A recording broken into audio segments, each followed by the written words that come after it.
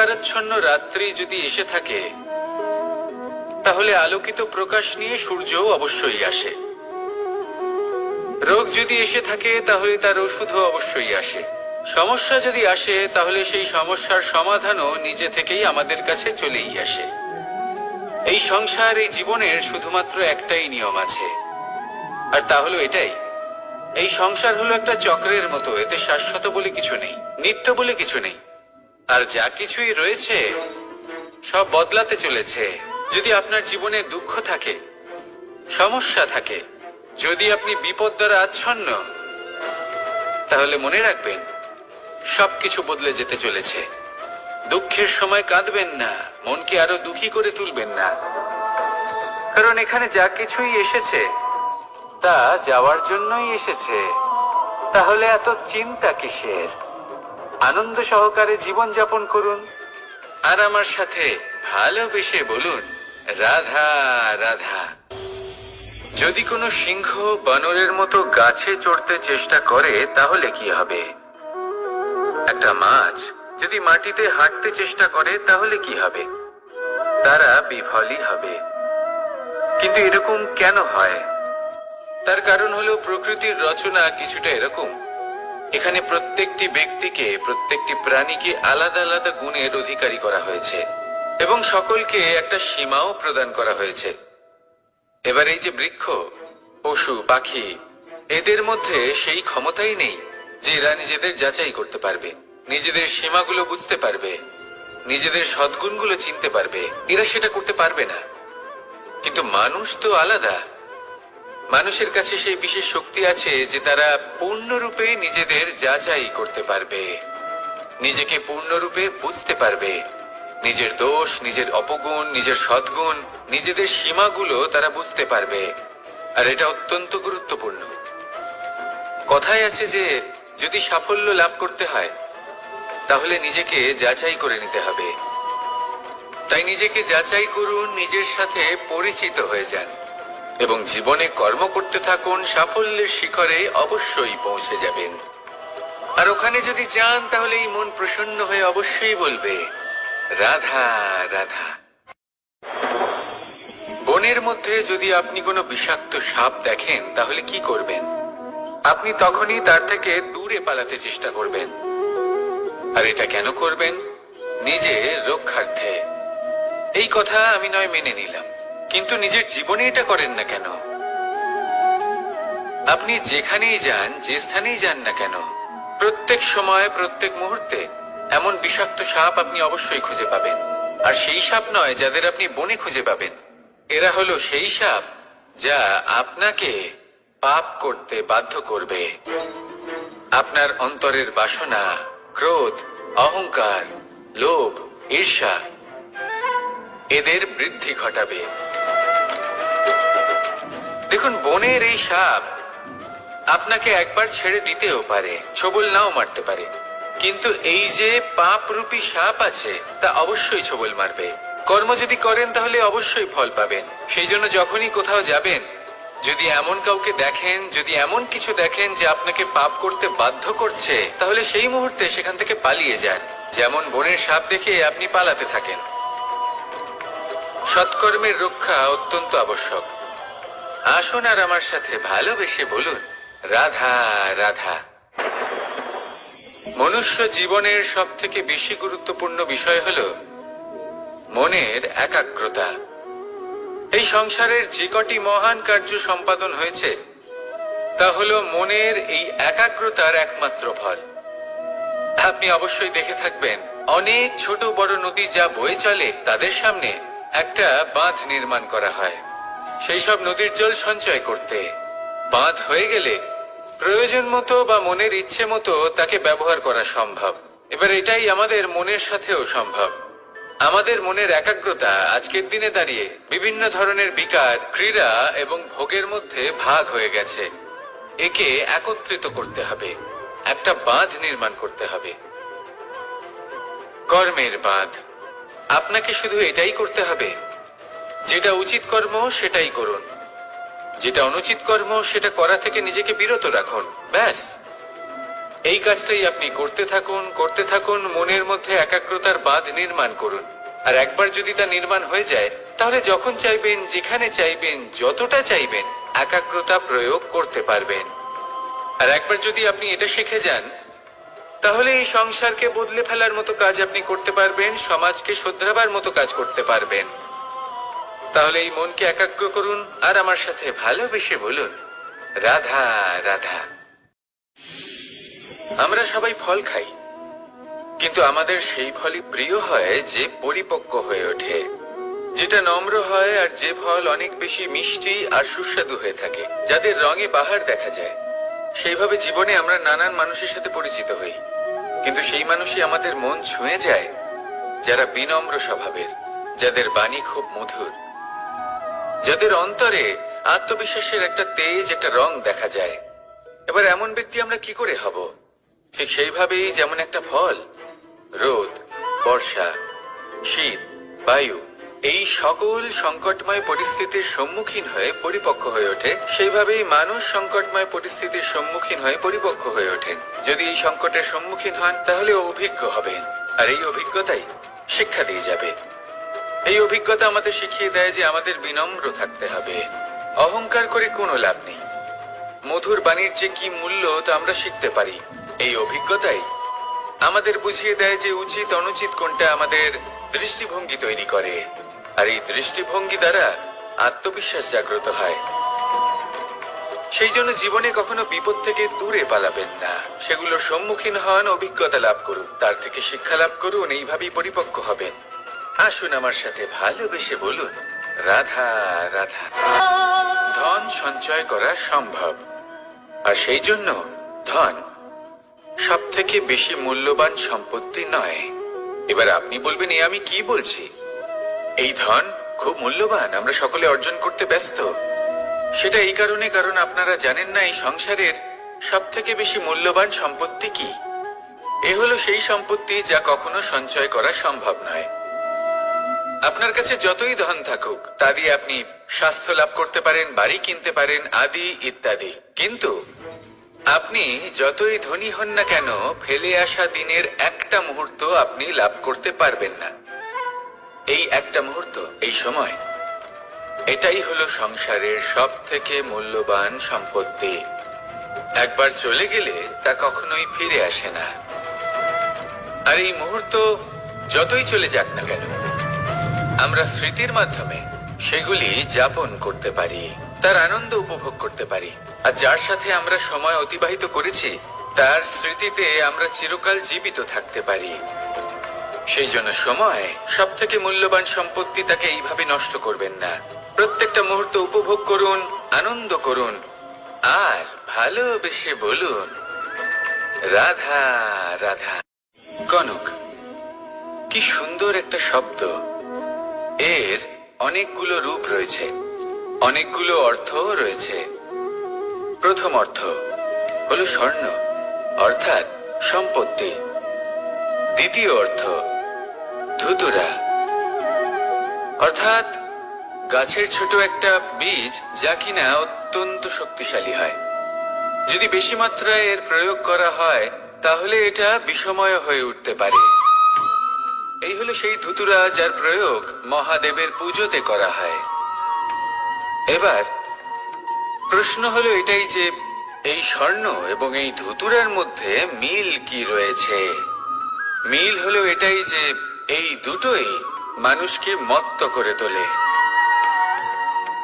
ধুতুরা মানুষকে তখন মত্ত করে যখন তাকে সেবন করা হয়, কিন্তু স্বর্ণ, ধন, সম্পত্তি, মানুষ সেটা যতটাই অর্জন করে নেয় সেটাই যথেষ্ট।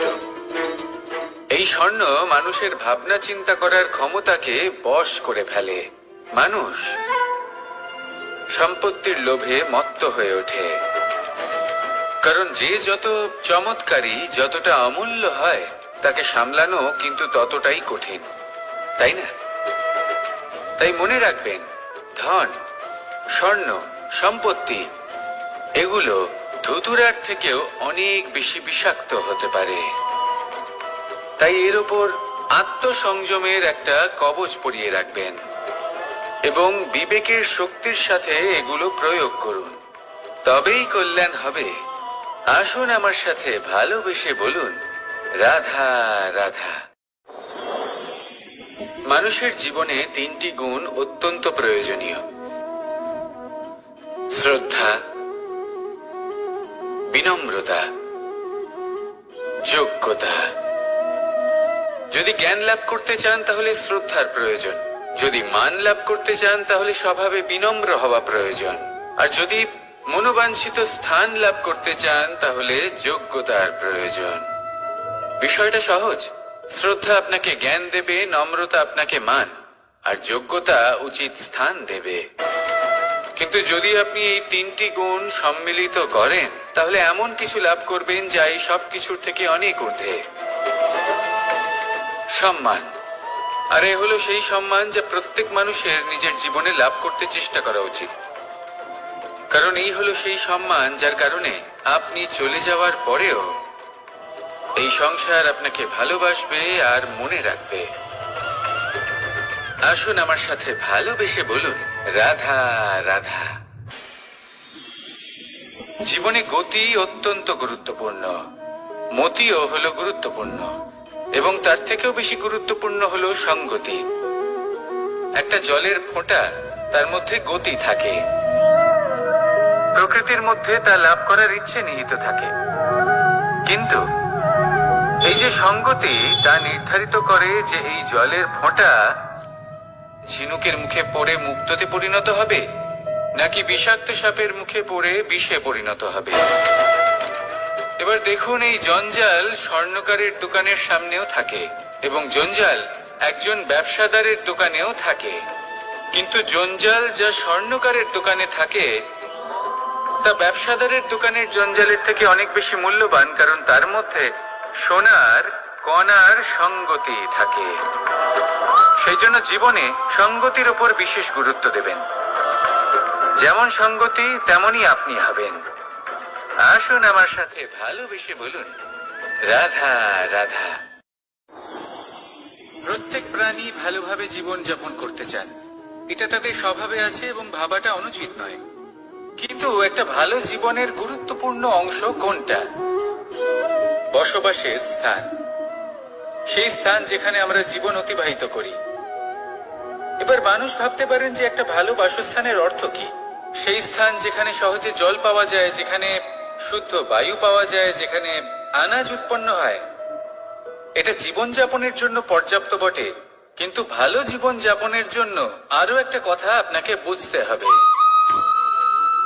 সাধু, জ্ঞানী, পণ্ডিত ব্যক্তি, এই সকল মহাপুরুষ, এনাদের যে বাসস্থান তা অত্যন্ত বিশেষ হয়।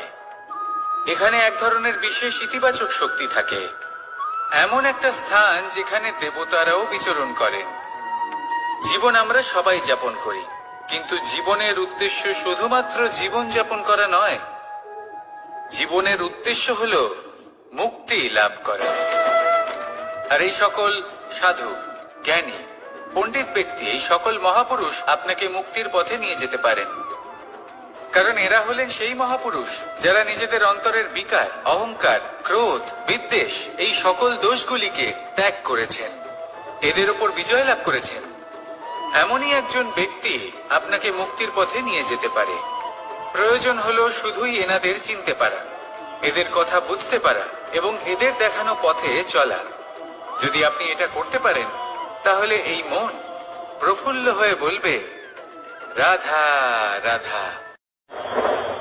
আমি এখানে একা এই বনে বসে আছি, বাঁশি বাজাচ্ছি। কার জন্য? কে আছেন এখানে? কেউ নেই। আমার প্রজা, আমার রাজ্য, আমার পরিবার আমার থেকে অনেক দূরে আছেন। আমি এখানে একা এই বনে বসে এই আকাশের এই রঙের, গাছের এই সব ফলের, মাটির সুবাসের আনন্দ উপভোগ করছি। কেন? আমি হলাম দ্বারকাধীশ। এমন কি রাজকীয় বা ভৌতিক সুখ রয়েছে যে আমি ওখানে পেতে পারি না? সবকিছুই পেতে পারি, তাও এখানে বনে একা বসে আছি। কোন সুখ খুঁজে চলেছি? একা থাকার সুখ। আমরা প্রত্যেকদিন অনেক মানুষের সাথে, চিন্তাধারার সাথে, কর্মের সাথে, পরিস্থিতির সাথে, সুখ দুঃখের দ্বারা বেষ্টিত থাকি। জীবনের এই চক্রে আমরা জড়িয়ে পড়তে থাকি। যতই আমরা এই সমস্যার সমাধান করি, আমরা ততই এতে জড়িয়ে পড়ি। আমরা এতটাই জড়িয়ে পড়ি যে যখন আমরা আয়নায় নিজেদের দেখি, তখন আমরা নিজেদের চিনতেই পারি না। এমন মনে হয় যেন আমরা নিজেদের হারিয়ে ফেলেছি। সেই জন্য প্রত্যেক দিন আপনি কিছু সময় নিজের সাথে কাটান একান্তে। এটা অত্যন্ত আবশ্যক। নিজের অস্তিত্বের গভীরে গিয়ে দেখতে শিখুন, নিজেকে বুঝুন। অদ্ভুত শান্তির অনুভূতি হবে। যেমন এই বায়ু, এই বৃক্ষ, এই পুষ্প, এই নিসর্গ, এদের মতো আপনিও কখনো একলা হতে শিখুন। কখনো নিসর্গের একটা অংশ হয়ে দেখুন। এই মন প্রসন্ন হয়ে বলবে, রাধা রাধা। উমাই কি, আমি কখন থেকে এখানে অপেক্ষা করছি, হাত পেতে দাঁড়িয়ে রয়েছি যাতে একটা ফল আমার হাতে এসে পড়ে এবং সেটা আমি খেতে পারি। কখন থেকে অপেক্ষা করছি, কিন্তু সেটা হচ্ছেই না। এবার আপনি বলবেন যে এইসব কি বলছি, এ কি অদ্ভুত কথা বলছি। যদি ফল খেতে হয় তাহলে আমাকে বৃক্ষে চড়তে হবে, ফলের কাছে পৌঁছতে হবে, তবেই তো ফল পাবো। এবার এটা অত্যন্ত সহজ ব্যাপার, কিন্তু এই বিষয়টা আপনি নিজের জীবনের প্রসঙ্গে ভেবে দেখুন। লক্ষ্য কোথায় আছে আপনি জানেন, সেই লক্ষ্যে পৌঁছানোর পথ কি সেটাও আপনি জানেন, সেই পথে চলার ক্ষমতাও আপনার রয়েছে, কিন্তু তাও আপনি নিজের লক্ষ্য লাভ করতে পারছেন না। কেন? কারণ আপনি অপেক্ষা করছেন যে লক্ষ্য আপনার সামনে চলে আসবে, কিন্তু তা হয় না। লক্ষ্য সে যাই হোক না কেন, ধন হোক, প্রেম হোক, কোনো সম্মান হোক বা মোক্ষ হোক, যদি আপনি তার দিকে অগ্রসর না হন তাহলে ফল প্রাপ্তি অসম্ভব ব্যাপার, তা কোনোদিনই হবে না। সেই জন্য আপনার চোখের সামনে আপনি যদি নিজের লক্ষ্যকে দেখতে পান, তাহলে উঠুন এবং সেই দিকে অগ্রসর হতে শুরু করুন। নিজের অন্তরের সকল অশুভ গুণ দূর করুন, অলসতা ত্যাগ করুন, অজ্ঞানতা ত্যাগ করে দিন এবং চলতে থাকুন। অবশ্যই মনোবাঞ্ছিত ফল লাভ করতে পারবেন। মনে রাখবেন, চলতে থাকলে তবেই লক্ষ্য প্রাপ্তি হবে। অপেক্ষার দ্বারা শুধুমাত্র মৃত্যু লাভ হবে। আসুন আমার সাথে ভালোবেসে বলুন, রাধা রাধা। আমি দ্বারকাধীশ এবং আমার সভাতে বিভিন্ন সময় বিভিন্ন ধরনের মানুষ আসেন, নিজেদের দাবি নিয়ে, নিজেদের ইচ্ছে নিয়ে। কখনো কেউ ভোজন চান, আবার কখনো কেউ ওষুধ, কখনো কেউ বস্তু চান, কেউ আবার চান বস্ত্র। কারোর জ্ঞান চাই, কারোর ধন চাই, আবার কারোর বাসস্থান। অনেক সময় আমি এই অনুরোধ, এই ইচ্ছে পূর্ণ করি না। এবার আপনি এটা ভাবতেই পারেন যে কৃষ্ণ তো তাহলে লোভী, ওর কাছে তো সবকিছুই রয়েছে, তারপরেও সে নিজের প্রজার ইচ্ছে পূর্ণ করে না, তাদের সমস্যাগুলি বুঝতে পারে না, তাদের সুখ স্বাচ্ছন্দ্য প্রদান করে না। আসল সত্য হলো এটাই যে কোনো সবল ব্যক্তি, যে কোনো গৃহস্থ ব্যক্তি যে কাজ করতে সক্ষম, তার পরিশ্রম দ্বারাই নিজের প্রয়োজনগুলি এবং ইচ্ছেগুলি পূরণ করা উচিত। এটা অত্যন্ত প্রয়োজনীয়। আর এগুলো তিনি করতে পারেন শিল্প, ব্যবসা, আচরণ অথবা জ্ঞানের ভিত্তিতে। এই পথে চলতে হবে, পরিশ্রম করতে হবে, তবেই সে কিছু অর্জন করতে পারবে। এবার এমন কোন ব্যক্তি যার এই সব কিছুতে কোনো রুচি নেই, যে কিছুই করতে চায় না, সে কিছুই অর্জন করতে পারবে না। এবার এরকম কোনো ব্যক্তিকে যদি আমি কোনো বস্তু প্রদান করি, তাহলে কি হবে? সে পরাধীন হয়ে যাবে, আর সেটা উচিত হবে না। তাহলে কি করা উচিত? তাকে পথ দেখানো, তাকে বোঝাতে হবে যে কোন পথে চলে তুমি নিজের লক্ষ্য প্রাপ্ত করতে পারবে। শিল্প, জ্ঞান, আচরণ এবং ব্যবসা, এই পথে কিভাবে চলে সেটা শেখাতে হবে। আর আমি সেটাই করি। তার ফলে কি হয়? ব্যক্তি স্বাধীন হয়ে যায়। সংসারে সে যা চাইবে তাই প্রাপ্ত করতে পারবে, কখনো কারোর থেকে কিছু চাইবার প্রয়োজন পড়বেই না। এই কথাটা সবসময় মনে রাখবেন। যখনই দান করবেন তা ভাবনা চিন্তা করে এমন ভাবে দান করবেন যাতে সামনের ব্যক্তি স্বাধীন হতে পারেন, পরাধীন নয়। আসুন আমার সাথে ভালোবেসে বলুন রাধা রাধা করতে শিখুন। পাণ্ডবরা বন থেকে এসেছিলেন। ওনাদের কাছে না কোনো ধন ছিল, না কোনো সম্পদ, না বিদ্যা। নিজের পরিশ্রমের দ্বারা ওনারা বিদ্যা অর্জন করেছিলেন, আর তার দ্বারাই সম্পদ অর্জন করলেন আর ধনও অর্জন করলেন। এই পাণ্ডব ছিলেন অত্যন্ত কুশল এবং শক্তিশালী। যুধিষ্ঠির নিজের পরিশ্রম দ্বারা এমন জ্ঞান অর্জন করেছিলেন যে এই সংসার ওনাকে ধর্মরাজ যুধিষ্ঠির অভিহিত করেছিল। দেখতে গেলে পাণ্ডবদের কাছে সবকিছুই ছিল, কিন্তু যখন বিষয় এলো আরো ধন লাভ করার, তখন যুধিষ্ঠির, যিনি পাণ্ডবদের মধ্যে জ্যেষ্ঠ, তিনি সকল পাণ্ডবদের সাথে দ্যুতক্রীড়ায় অংশগ্রহণ করে ফেললেন। এর ফলে না শুধু ধনলক্ষ্মী, ধর্মলক্ষ্মী, বিবেক লক্ষ্মী কেউ হারালেন, আর শুধু তাই নয়, নিজের গৃহলক্ষ্মী দ্রৌপদীকেও হারিয়ে ফেললেন। এর কারণ কি? ভুলে গেলেন খুব সহজ একটা কথা। এই সংসারে সম্মান এবং সাফল্য দুটোই পরিশ্রমের দ্বারা লাভ করতে হয়, কিন্তু দ্যুতক্রীড়ার এই খেলা আমাদের ভাগ্যের উপর নির্ভরশীল। এই সংসারে দুটি পথ রয়েছে। একটা পথ যেখানে কর্ম এবং পরিশ্রমের দ্বারা আপনি নিজের পথ নিজেই রচনা করতে পারবেন, আর দ্বিতীয় পথ হলো যেখানে এই ভাগ্য এক মুহূর্তে আপনাকে শিখরেও পৌঁছে দিতে পারে, আবার ধূলিসাৎ করে দিতে পারে। আপনি কোন পথ বাছবেন সেই চয়ন আপনারই। আসুন আর আমার সাথে ভালোবেসে বলুন রাধা রাধা। কোনো এক সময়ের ঘটনা এটা। মা এবং বাবা হাটে গিয়েছিলেন, তখন আমি আর দাদা গিয়েছিলাম গরু চড়াতে। আমরা বাড়ি ফিরে এলাম, আর মা সেই সময় একটা কাজ করতেন। যখনই হাটে যেতেন দরজা তালা বন্ধ করে যেতেন। উনি খুব ভালো করে জানতেন যে যদি ওনার এই মাখন চোর সঠিক সময় পৌঁছে যায় তাহলে এক ফোঁটাও মাখন ওনার অবশিষ্ট থাকবে না। এবার ঘটনা কিছুটা এরকম হলো যে মা আর বাবা মাঝে মাঝে হাটে যেতেন, তাই মাঝে মাঝে এই দরজা তালা বন্ধ করতে হতো। যখন মা আর বাবা ফিরে এলেন তখন বাবা ভুলে গিয়েছিলেন যে এই চাবির গোছা থেকে ঠিক কোন চাবিটা দরজার তালা খোলার জন্য উপযোগী। উনি চেষ্টা করতে শুরু করে দিলেন। একটার পর একটা চাবি দিয়ে উনি চেষ্টা করতে থাকলেন, কিন্তু সেই দরজার তালা তো খুলতেই চাইছিল না। ওনার মাথা থেকে ঘাম পড়তে শুরু করলো। তখন মা বললেন যে তালা ভেঙে দেওয়া যাক। মা চলে গেলেন, আর বাবা বললেন না না দাঁড়াও, আর কিছু চাবি বাকি আছে, এটা হয়তো খুলতে পারবো। মা হাতুড়ি নিয়ে চলে এলেন সেই তালা ভাঙার জন্য, আর তখনই বাবা শেষ চাবিটা প্রয়োগ করলেন আর দরজার তালা খুলে গেল। যদি উনি চেষ্টা না করতেন তাহলে এই তালাটাও ভেঙে যেত আর চাবিটাও নষ্ট হয়ে যেত, ঠিক কিনা? এবার এই ঘটনাটা আমি দেখেছিলাম, আর আমার মনে হলো যে কখনো কখনো এই চাবির গোছার মধ্যে থেকে শেষ চাবিটাও কিন্তু জীবনের দরজা খুলে দিতে পারে।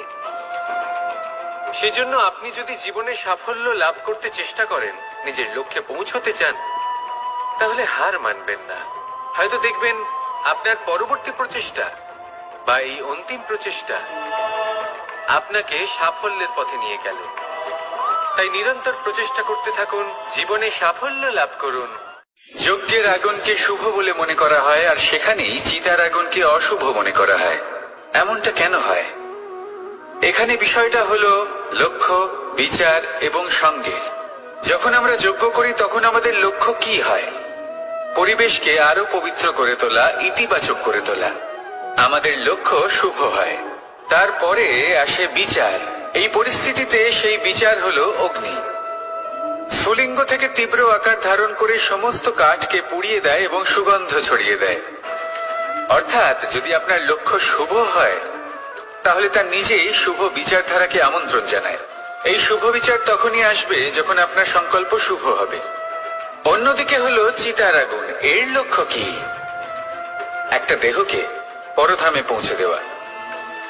সবার শেষে সবকিছু আপনার উপরে নির্ভরশীল যে আপনি কোনটা চয়ন করতে চান। আপনার লক্ষ্য যদি শুভ হয় তাহলে আপনার বিচার এবং সঙ্গতি আর তার পরিণাম সবই শুভ হবে। আসুন আর আমার সাথে ভালোবেসে বলুন, রাধা রাধা। এই সংসারের প্রত্যেক বস্তুর, প্রত্যেক পরিস্থিতির, প্রত্যেক আবেগের দুটি দিক আছে। এর মধ্যে পার্থক্য করা সম্ভব শুধুমাত্র দৃষ্টিভঙ্গির দ্বারা।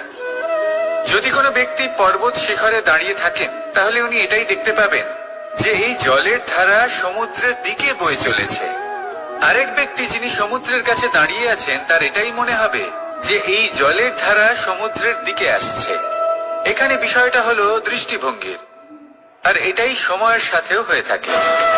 অনেক সময় মানুষ চিন্তিত হয়ে পড়েন, ত্রস্ত হয়ে পড়েন যে তার কাছে হয়তো খুব কম সময় আছে, তাতে তিনি অনেক কিছুই করতে পারবেন না, আর একটু সময় থাকলে খুব ভালো হতো। তিনি এভাবেও ভাবতে পারেন যে অল্প হলেও সময় বাকি তো রয়েছে, অর্থাৎ যা অবশিষ্ট আছে তাকে সংরক্ষণও করা সম্ভব, তাতে জীবন যাপনও করা সম্ভব। আর এটা নির্ভর করছে আপনার উপর। তাই দৃষ্টিভঙ্গি ইতিবাচক রাখুন। জীবনে দুই ধরনের আবেগ রয়েছে যার কোনো মূল্য নেই। আমার কথার অর্থ এটা নয় যে এদের কোনো গুরুত্ব নেই, গুরুত্ব যথেষ্টই রয়েছে, শুধু এদের জন্য আপনাকে কোনো মূল্য দিতে হয় না। প্রথম আবেগ হলো আনন্দ, প্রসন্নতা। এটা আপনি যে কোনো জায়গায় খুঁজে পেতে পারেন যদি আপনি খুঁজে পেতে চান। আপনি কোনো পুষ্পের সৌন্দর্য দেখে প্রসন্ন হতে পারেন। বায়ুর কারণে যখন একটি বৃক্ষ শিহরিত হয় সেটা দেখে আপনি প্রসন্ন হতে পারেন। একটা ছোট্ট শিশুর কলরব শুনেও আপনি প্রসন্ন হতে পারেন। একটা ক্রন্দনরত বালককে হাসিয়ে আপনি প্রসন্ন হতে পারেন। সবকিছু আপনার উপর নির্ভরশীল। সেখানে আরেকটি আবেগ হলো দুশ্চিন্তা। মানুষ বড়ই দুশ্চিন্তা করতে থাকে। আজ আমি এই কাজ করেছি, সেই বিষয়ে চিন্তা। আজ আমি এই কাজ করতে পারিনি, সেই বিষয়ে চিন্তা। কাল আমাকে এই কাজ করতে হবে, সেই নিয়ে চিন্তা। আমি কি সেই কাজটা করতে পারবো, সেই বিষয়ে দুশ্চিন্তা। চিন্তা সর্বত্র রয়েছে, যার জন্য মূল্য দিতে হয় না। যত চান আপনি একত্রিত করতে পারেন। একটা গুরুত্বপূর্ণ কথা মনে রাখবেন, প্রসন্নতা জীবনের একটা নতুন সূত্রপাত। সেখানে দুশ্চিন্তা হলো জীবনের চিতার সমান। এবার এই দুটি আবেগ হলো মূল্যহীন, দুটোই আপনার সামনে আছে। কোনটা চয়ন করবেন আপনি, দুশ্চিন্তা নাকি প্রসন্নতা? সিদ্ধান্ত আপনারই। আসুন আর আমার সাথে ভালোবেসে বলুন, রাধা রাধা। ধন, সম্পত্তি, এগুলো আসলে কি? এগুলো শুধু সেই মূল্য যার দ্বারা আমরা কোনো কিছু অর্জন করতে পারি। এবার এই ধনের দ্বারা এই সংসারে অনেক কিছু লাভ করা সম্ভব, কিন্তু সেই সবকিছুই শুধুমাত্র ভৌতিক বস্তুই হবে। ভৌতিক সামগ্রী, ভৌতিক সুবিধা। অর্থাৎ আপনার কাছে যতই ধন থাকুক তা আপনাকে শান্তির ঘুম এনে দিতে পারবে না, আপনাকে জীবনের বাস্তব সুখের অনুভূতি লাভ করাতে পারবে না, কারণ এগুলো ভৌতিক ধন। এই ভৌতিক বস্তুই অর্জন করাতে সক্ষম। বাস্তবিক ধন কি? যদি এই প্রশ্ন আপনার মনে আসে তাহলে তার উত্তর আমি আপনাকে দেব একটা উদাহরণের মাধ্যমে। কখনো আপনি শুনে থাকবেন যে একজন পিতা আজীবন অনিষ্ট করেন, অনর্থ করেন, খারাপ কাজ করেন শুধু ধন অর্জনের জন্য। তিনি ভাবেন যে আমি ধন অর্জন করব আর নিজের সন্তানকে একটা উজ্জ্বল ভবিষ্যৎ প্রদান করব, একটা সুখ স্বাচ্ছন্দ্যময় জীবন দান করব। এবার সন্তান যখন জন্ম লাভ করে তখন সে ভাগ্যের জোরে সেই ধন ভোগ করে। যেরকম সে পায় সেরকমই তার ব্যবহার সে করে। কখনো আপনি এটাও দেখে থাকবেন যে সেই সন্তান সমস্ত ধন নষ্ট করে ফেলে, আর সেই পিতা যিনি সমস্ত ধন সঞ্চয় করেছেন, যিনি সেই ধনের প্রভু, আজ সেই ধনের প্রহরী হয়ে রয়েছেন। এবার এরকম কেন হয়? এরকম তখনই হয় যখন সেই পিতা বুঝতেই পারেন না যে তার জীবনের আসল ধন কি। সেই আসল ধন তার সন্তানকে সে দিতেই পারে না। যদি পিতা তার সন্তানকে কর্মের জ্ঞান দিতে পারেন, উচিত কোনটা অনুচিত কোনটা সেই শিক্ষা দিতে পারেন, সংস্কারের প্রকৃত শিক্ষা দিতে পারেন, তবে সেটা ধনের থেকে অনেক বেশি গুরুত্বপূর্ণ। এটাই হলো জীবনের বাস্তব ধন। আপনি সেই কথা তো অবশ্যই শুনে থাকবেন, কুসন্তান হলে ধন সঞ্চয় করে কি হবে, সুসন্তান হলে ধন সঞ্চয় করে কি হবে? সন্তান যদি কুপুত্র হয় তাহলে সব নষ্ট করে ফেলবে, আর সন্তান যদি সুপুত্র হয় তাহলে ধন থাকুক না থাকুক সে নিজেই কর্মের পথে অগ্রসর হয়ে ধন অর্জন করবে আর নিজের জন্য এক উজ্জ্বল ভবিষ্যৎ গড়ে তুলবে। তাই সন্তানকে সম্পদ দেওয়ার আগে কর্মের জ্ঞান দান করুন, সুশিক্ষা দিন, কারণ এটাই হলো জীবনের প্রকৃত ধন। আসুন আর আমার সাথে ভালোবেসে বলুন রাধা রাধা। একবার একটা শেয়াল বনে বিচরণ করছিল। ও একটা ছোট্ট শাবক দেখতে পেল। ও ভাবলো আজ একেই আমি খাবার হিসেবে গ্রহণ করব। আশেপাশে দেখলো কেউ দেখছে না তো, কেউ ছিল না, আর সেই শাবকের উপর আক্রমণ করলো, যা হলো একটা ঘোর অপরাধ। বনের নিয়ম অনুসারে আপনি কখনোই শাবকের উপর আক্রমণ করতে পারেন না। তারপর এই খবরটা যখন রাজা সিংহ জানতে পারলেন, সভার আয়োজন করলেন। কিন্তু সেখানে শেয়াল বলল, আমি তো এরকম কিছু করিনি। কিন্তু যদি আপনি এরকম বলেন, কোনো প্রমাণ দিন, এর কোনো সাক্ষী আছে? তখন রাজা সিংহ পেঁচাকে ডেকে পাঠালেন, যে সেই মুহূর্তে বৃক্ষের শাখার ওপর বসেছিল, সে সব কিছু দেখেছিল। পেঁচা সব সত্যি কথা বলল, আর শেয়ালকে মৃত্যুদণ্ড দেয়া হলো। এবার এই কাহিনী আমি আপনাকে কেন শোনালাম? কারণ মানুষও কখনো কখনো এরকম কর্ম করেন যা শিয়াল করেছে। এটা ভাবেন কেউ দেখছে না যখন, আমি অনুচিত কর্ম করতেই পারি। কিন্তু না, আপনি যাই করুন না কেন, কেউ না কেউ অবশ্যই তা দেখছে। কোনো ব্যক্তি না হলেও কোনো প্রাণী, না হলে কোনো যক্ষ বা দেব বা প্রেত। যদি এনারা কেউ না দেখেন, তাহলে ধরিত্রী মাতা দেখেন, যেখানে দাঁড়িয়ে আপনি সেই কর্ম করছেন, তাই না? তাই একটা কথা সবসময় মনে রাখবেন, কে দেখছেন কে দেখছেন না সেই বিষয়ে ভাবা ছেড়ে দিন। এটা খুব সহজ কথা। আপনি যদি উচিত কর্ম করেন, উচিত ফল পাবেন। যদি অনুচিত কর্ম করেন, তাহলে আপনি অনুচিত ফল অবশ্যই পাবেন। সেই জন্য উচিত পথে চলতে থাকুন, উচিত কর্ম করতে থাকুন, আর আমার সাথে ভালোবেসে বলুন রাধা রাধা। আমরা সবাই জীবনে নিজের জন্য সবচেয়ে ভালোটাই চাই, সবচেয়ে ভালো সুবিধা পেতে চাই, সবচেয়ে বেশি সম্মান পেতে চাই। কিন্তু সবার পক্ষে এইসব পাওয়া কি সম্ভব? হ্যাঁ, নিশ্চয়ই। শুধু একমাত্র বাধা সময়। আমাদের জীবনের কোনো স্থায়িত্ব নেই। তাই যদি সময়ের সদ্ব্যবহার করেন, তাহলে একটু সুবিধে হতে পারে। এবারে দেখুন, যাদের সবসময় স্বপ্ন দেখতে ভালো লাগে, তার জন্য রাত্রি কম পড়ে যায়। আর যারা স্বপ্ন পূরণ করতে চান, তাদের জন্য দিন কম পড়ে যায়। যারা সম্মান পেতে চান, তাদের জন্য সব সময় পরোপকার কম পড়ে যায়। আর যারা জ্ঞান অর্জন করতে চান, তাদের জন্য মনোসংযোগ। জীবনে যদি নিজের লক্ষ্যে পৌঁছতে চান, তবে সময়ের বিভাজন আপনাকে ঠিক করতেই হবে। মনে রাখবেন রাধা রাধা। লোকে বলে জীবনে মেলামেশা করা অত্যন্ত আবশ্যক। এতে সম্পর্কের আধারও হয়, আবার ব্যবসাও চলে। কিন্তু সবচেয়ে বেশি গুরুত্বপূর্ণ হলো ব্যবহার। তাই এই বিষয়ে ভাবুন, আপনার জীবনে কে আপনার সাথে মেলামেশা করবে তা নিশ্চিত করে সময়। আপনি আপনার জীবনে কার সাথে মেলামেশা করবেন তা নিশ্চিত করবে আপনার হৃদয়। আপনি যাদের সাথে মিশছেন, তাদের হৃদয়ে আপনি কতক্ষণ থাকবেন তা নিশ্চিত করবে আপনার ব্যবহার। নিজের ব্যবহার ভালো রাখুন, সব ভালোই হবে। রাধা রাধা। এই ফুল দেখতে পাচ্ছেন আপনি? এটা সেই ফুল যার জীবন এই ডালে শুরু হয়েছিল। দর্শকদের চোখে প্রশংসা দেখল সে। মধুর লোভে মৌমাছিরা এলো, আর তারপর ডাল থেকে ভেঙে নিচে পড়ে গেল সে।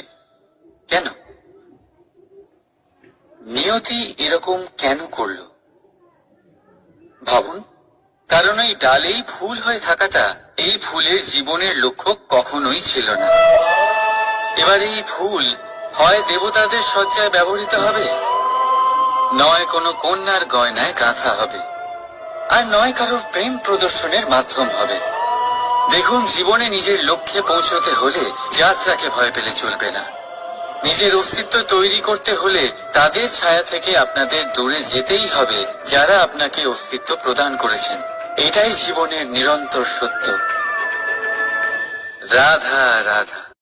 আমাদের সকলের জীবনে কখনো না কখনো পাথর দ্বারা আঘাত লাগেই, আর এই সংসারও আমাদের ওপরে কখনো না কখনো পাথর বর্ষণ করে, কখনো আমাদের খারাপ ভেবে, আর কখনো আমাদের অসফল ভেবে, কখনো আমাদের বুদ্ধিহীন ভেবে। কারণ অনেক আছে, কিন্তু এই পাথর দ্বারা আমরা আঘাত পাবো কি পাবো না তা সম্পূর্ণ আমাদের হাতে। হয় আপনি এই পাথরের আঘাত পেয়ে চোখের জলে ডুবে থাকতে পারেন, আর নয়তো যদি আপনি চান তাহলে এই পাথর দিয়ে সেতু বানিয়ে সকল সমস্যার সাগর অতিক্রম করতে পারেন। সিদ্ধান্ত আপনার। এই পাথর এ হলো প্রতীক আমাদের নিন্দার, আমাদের আলোচনার। যে এই আলোচনা নাকারাত্মক ভাবে দেখবে সে শুধুমাত্র কষ্টই পাবে, আর যে এই আলোচনাকে নিজের বিকাশের আধার বানাবে সেই সাফল্যের চূড়ায় পৌঁছবে। তাই মনে রাখবেন, আলোচনা আপনার শত্রু নয়, আপনার সবচেয়ে বড় মিত্র। রাধা রাধা। মিষ্টি জল সবার পছন্দ, কিন্তু নোনতা জল কেউ পছন্দ করে না। এইবার ভাবার বিষয় হলো মুক্ত, যা সমুদ্রের গহ্বরেই তৈরি হয়। নোনতা জলের মধ্যে থেকেই প্রতি মুহূর্তে অন্য প্রাণীদের থেকে বেঁচে নিজের অস্তিত্বকে বাজি রেখে ঝিনুক মুক্ত প্রদান করে থাকে। কখনো ভেবেছেন কেন? কারণ সংকটের সম্মুখীন না হয়ে, চরম পরিস্থিতির সাথে না জড়িয়ে আপনার কখনোই সুখ প্রাপ্তি হবে না। তাই নির্ভীক হয়ে সংকটের সম্মুখীন হন, আর আমার সাথে ভালোবেসে বলুন, রাধা রাধা।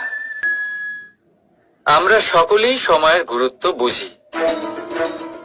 সময় আমাদের তৈরি করে, আর সময়ই আমাদের নষ্ট করে দেয়। কখনো ভালো সময় আসে, আর কখনো ভীষণ খারাপ সময় আসে। তবে আশ্চর্যের বিষয় এটাই যে সব জেনেও আমরা সময় নষ্ট করি। মনে রাখবেন, সময় শুধু বয়ে যায়, কখনো ফিরে আসে না। তাই ভালো সময় আসার অপেক্ষায় সময় নষ্ট করবেন না। যাই করবেন আজ, এক্ষুনি, এই মুহূর্তে শুরু করুন। তা সেটা কাউকে আনন্দ দেওয়াই হোক, বা নিজেকে বদলানোর চেষ্টা করা হোক, যাই হোক না কেন, বিলম্ব করবেন না। কারণ সময় শুধুমাত্র তাকেই সঙ্গ দেয় যে সর্বদা সময়কে সম্মান করে। রাধা রাধা। কোথায় আছে সবকিছু সীমা থাকে, মুশকিলের, কষ্টের, সংকটের, অন্ধকারের। যার কোনো সীমা নেই তা হলো কেবলমাত্র কঠোর পরিশ্রমের। আপনি নিশ্চয়ই দেখেছেন, রাত্রি যতই অন্ধকারময় হোক, তারারা পরিশ্রম করে তার সাথে লড়তে থাকে, আর অবশেষে সকাল হয়েই যায়। ঝড়ে পাখিদের বাসা ছিন্ন বিচ্ছিন্ন হয়ে যায়, কিন্তু পাখিরা নিজের পরিশ্রম দ্বারা তা আবার বানিয়ে নেয়। কারণ যা সীমিত তাকে অসীমের কাছে হারতে হয়, আর পরিশ্রম অসীম। রাধা রাধা। প্রবাহিত নদী কত সুন্দর হয়, বলিষ্ঠ হয়। যেদিক দিয়ে বয়ে যায় সেখানে এক নতুন জীবন প্রদান করে, ধরণীকে উর্বর করে, আকাল দূরে রাখে। আর হয়তো এই জন্যই নদীকে মায়ের মতো পুজো করা হয়। কিন্তু আপনি কি কখনো ভেবে দেখেছেন যে নদীর জন্ম কি করে হয়? এ কি শুরু থেকেই এমন বিশাল আর খরস্রোতা হয়? না, বৃষ্টির ছোট ছোট ফোঁটা একসাথে সম্মিলিত হয়ে এক সূক্ষ্ম ধারা তৈরি করে, আর সেই ধারাগুলি পর্বতের বরফ কেটে তাদেরকে গলিয়ে জলপ্রপাত হয়ে ঝরে পড়ে পাথরের সাথে ধাক্কা খেয়ে তারপরেই সে নদী হয়ে ওঠে। ঠিক সেইভাবেই এত সহজে কেউ মহান হয়ে ওঠে না। ছোট ছোট চেষ্টা মিলে এক বিশাল ব্যক্তিত্ব তৈরি করে। তাই জীবনে সর্বদাই চেষ্টা করতে থাকুন। অস্তিত্ব নিজে থেকেই প্রকাশ পাবে। রাধা রাধা। কখনো কখনো আমরা নিজের মা বাবার ওপর কতটা রেগে যাই, মনে করি ওনাদের মন আমাদের দিকেই নেই। আমরা ভাবি ওনাদের কাছে আমাদের কোনো অস্তিত্বই নেই, আর তাই আমরা রেগে যাই। কিন্তু আপনি কি কখনো এমন অনুভব করেছেন? প্রত্যেকের জীবনেই সমস্যা আসা যাওয়া করে, আর প্রত্যেক মানুষ সমস্যা আসার পর তার সমাধান খুঁজতে উঠে পড়ে লাগেন। কিন্তু যখনই সমস্যার সমাধান হয়ে যায়, আমরা সুপ্রসন্ন হয়ে যাই এবং অসাবধানও হয়ে যাই। আমাদের মনে হয় যে আমরা সম্পূর্ণরূপে সমস্যার অন্ত করেছি, কিন্তু কোথাও না কোথাও একটা ছোট্ট বীজ রয়েই যায়, আর সেই বীজ আমাদের অসাবধানতার ছত্রছায়ায় বড় হতে থাকে, আর তারপর মহা সংকট হয়ে আবার আমাদের উপর আক্রমণ করে। এই সংকট যে কোনো রূপে আসতে পারে, কোনো শত্রুর রূপেও আসতে পারে, বা কোনো মহামারীর রূপেও আসতে পারে। সেই জন্য সব সময় সাবধান থাকাই উচিত। কারণ অসাবধান হলে কি হয়, আমাদের সুরক্ষা চক্রে একটা ছেদ উৎপন্ন হয়, আর আমাদের শেষ করতে পারে এমন এক বাণ সেই ছেদ বিন্দু হয়ে আমাদের হৃদয়ে প্রবেশ করতে পারে। তাই যে কোনো সমস্যার সমাধান করুন, জয়ী হন, উৎসব পালন করুন, কিন্তু সাবধানে থাকবেন। আসুন আর আমার সাথে ভালোবেসে বলুন, রাধা রাধা।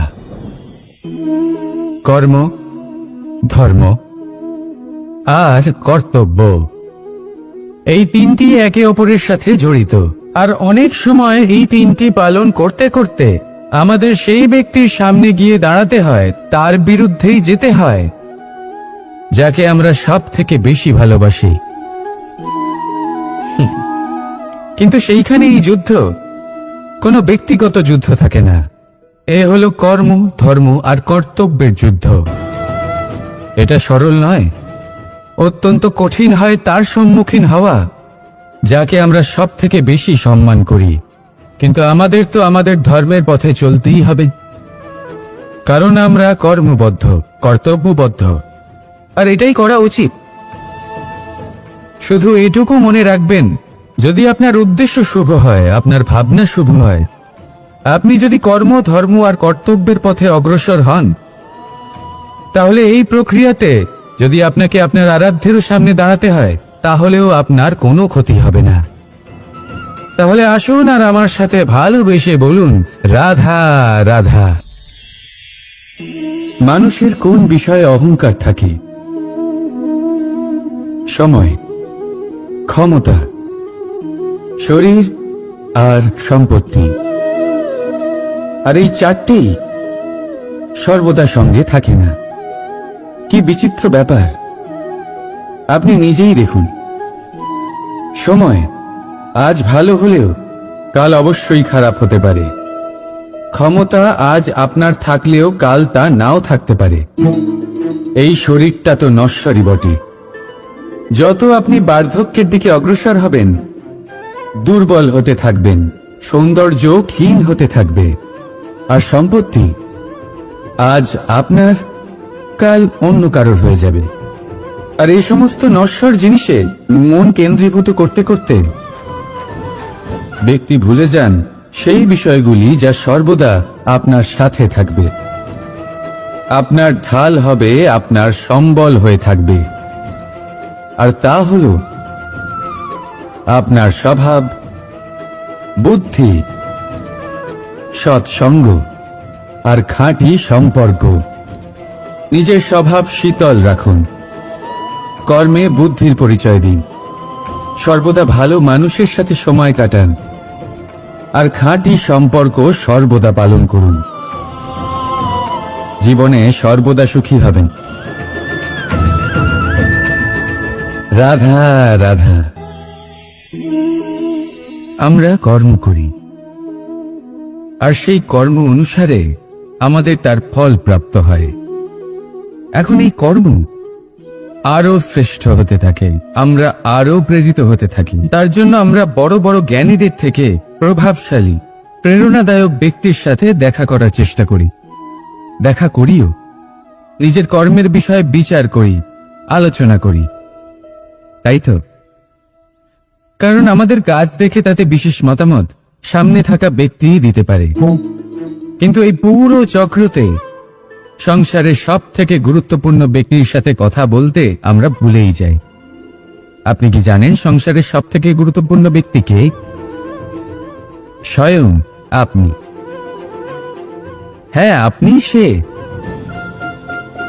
আপনি জীবিত আছেন, তাই এই সংসার জীবিত আছে। আপনি হলেন আপনার সমস্ত কর্মের কেন্দ্র। তাই এবার থেকে প্রতিদিন একটু সময় নিজের জন্য বের করে নিজের সাথে কথা বলুন। নিজেকে বুঝুন, নিজের কর্মকে বুঝুন। কিছু প্রশ্ন আসবে, কিছুর উত্তর পাবেন। আরো কিছু প্রশ্ন আসবে যার উত্তর আপনি অবশ্যই পাবেন, কিন্তু এটা করবেন অবশ্যই, না তো আপনি এই সংসারের সব থেকে গুরুত্বপূর্ণ ব্যক্তির সাথে দেখা করার সুযোগই হারিয়ে ফেলবেন। এবার বলুন, আপনি কি এরকম চাইবেন? রাধা রাধা। প্রেম, ঘৃণা, এই দুই হলো একই শব্দ। কিভাবে? দেখুন না, দুটোতেই আড়াই অক্ষর রয়েছে। দুটোই হলো সেই অনুভূতি যা আমাদের মনের সাথে জড়িত, আর এই দুই অনুভূতির সাথে জড়িত মানুষ আমাদের জন্য গুরুত্বপূর্ণ। পার্থক্য শুধু এটাই যে প্রেম পায় সম্মান আর ঘৃণাকে করা হয় অবজ্ঞা। এরকম কেন? কারণ প্রেম হলো সেই অনুভূতি যেখানে মানুষ সব কিছু দিয়ে দিতে চায়, সব কিছু লুটিয়ে দিতে চায়। সেখানে ঘৃণা হলো এমন অনুভূতি যেখানে মানুষ সব কিছু কেড়ে নিতে চায়, সব কিছু জিতে নিতে চায়। তাও প্রেমের অনুভূতি কখনো আপনাকে হারতে দেয় না, আর ঘৃণার অনুভূতি কখনো আপনাকে জিততে দেয় না। এবার কি করবেন আপনি? একটাই জীবন, ঘৃণার সাথে বাঁচবেন নাকি প্রেমের সাথে? আমি তো প্রেমকেই চয়ন করব। রাধা রাধা। পাওয়া এবং হারিয়ে ফেলা, এই দুই হলো জীবনের অভিন্ন অঙ্গ। আমরা যেমন কিছু পেয়ে থাকি, তেমন কিছু হারিয়েও থাকি। কিছু স্বপ্ন সার্থক হয়, আবার কিছু লক্ষ্য অপূর্ণই থেকে যায়। জীবনে এটা হয়েই থাকে, প্রত্যেকের জীবনেই এটা হয়ে থাকে। কিন্তু কারোর সাথে দেখা হলে আমরা কি ধরনের কথা বলি? আমরা সেই কথাই বলি যা আমরা হারিয়েছি। নিজেও দুঃখ পাই, আবার সামনের মানুষটাকেও দুঃখ দিই। তার থেকে অন্যরকম কিছু করার চেষ্টা করুন, ধনাত্মক চিন্তা করার চেষ্টা করুন। মন সেদিকেই দিন, স্মরণ শুধুমাত্র তাকেই করুন, গুরুত্ব তাকেই দিন যিনি আপনার কাছে রয়েছেন। যিনি আপনার কাছে নেই তার আশায় কষ্ট কেন পাচ্ছেন আপনি? সেগুলিকেই প্রাধান্য দিন যা আজ এখন বর্তমানে আপনার কাছে রয়েছে। যেমন আমি কংস মামাকে স্মরণ করি না, যিনি আমার ছেলেবেলা নষ্ট করে দিয়েছেন। আমি স্মরণ করি আমার যশোদা মাকে, আমার বলরাম দাদাকে, আমার রাধাকে, যারা আমার জীবনকে ভরিয়ে তুলেছেন। আপনিও ঠিক এটাই করুন, আর আমার সাথে ভালোবেসে বলুন, রাধা রাধা। কথায় বলা হয়, জীবনে ভালোবাসাই হলো সুখের মূল। এটা সত্য।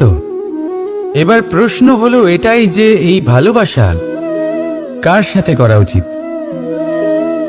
যদি আপনি কিছুক্ষণের জন্য সুখ পেতে চান, তাহলে ভালোবাসুন নিজের রুচি মতো। যদি আপনি কিছুদিনের জন্য সুখ পেতে চান, ভালোবাসুন নিজের বন্ধুদের। যদি আপনি কয়েক মাসের জন্য, কয়েক বছর বা অনেক বছরের জন্য সুখী হতে চান, তাহলে ভালোবাসুন নিজের পরিবারকে, মাতা পিতা, নিজের সন্তান, স্বামী স্ত্রী, নিজের আত্মীয়দের।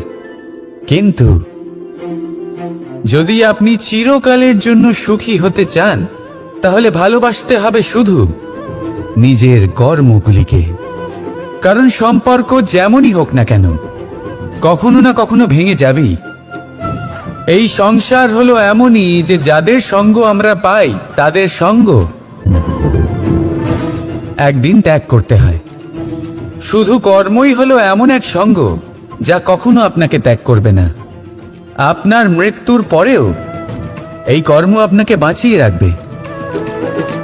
তাই সবসময় মনে রাখবেন, এই কর্ম ধর্ম মনে করে পালন করা উচিত।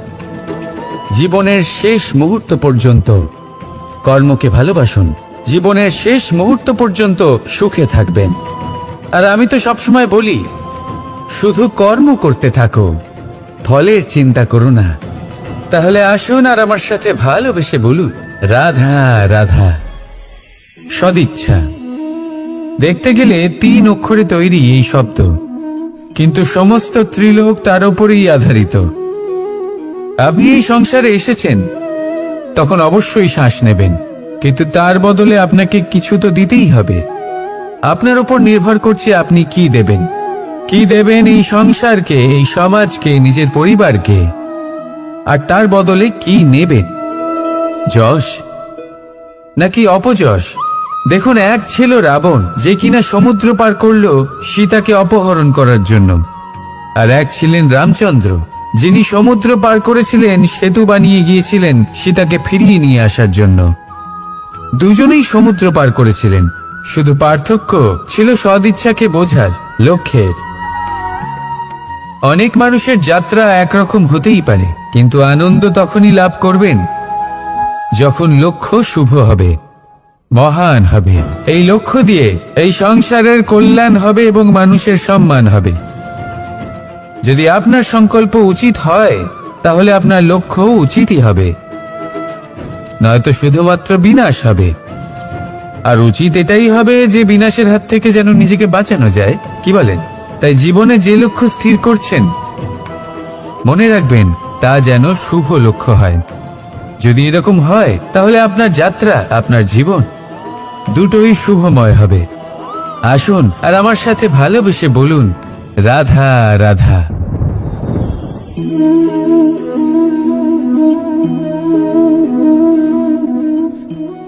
মুক্ত। এই মুক্ত সবাইকে মোহিত করে দেয়, নিজের দিকে আকর্ষিত করে। অত্যন্ত সুন্দর, গোল, শুভ্র। মুক্ত দ্বারা নির্মিত আভূষণ, তা হয়তো সে মুকুটই হোক বা কোনো স্ত্রীর অলংকার, তাকে আরো সুন্দর করে তোলে, তাকে আরো সুন্দর দেখতে লাগে। এবার এই মুক্তকে এত সুন্দর দেখার জন্য কত কষ্ট সহ্য করতে হয়, তা কি কখনো আপনি ভেবেছেন? এই মুক্ত ঝিনুক থেকে বের করা হয়। ঝিনুক, যা কিনা সমুদ্রের তলদেশে থাকে। ওকে কত কষ্ট সহ্য করতে হয়, জলের চাপ সহ্য করতে হয়, সমুদ্রের স্রোত সহ্য করতে হয়। এই ঝিনুককে এত কষ্ট সহ্য করতে হয়, এই মুক্তকে এত কষ্ট সহ্য করতে হয়, তারপরে এর রূপ এত সুন্দর হয়।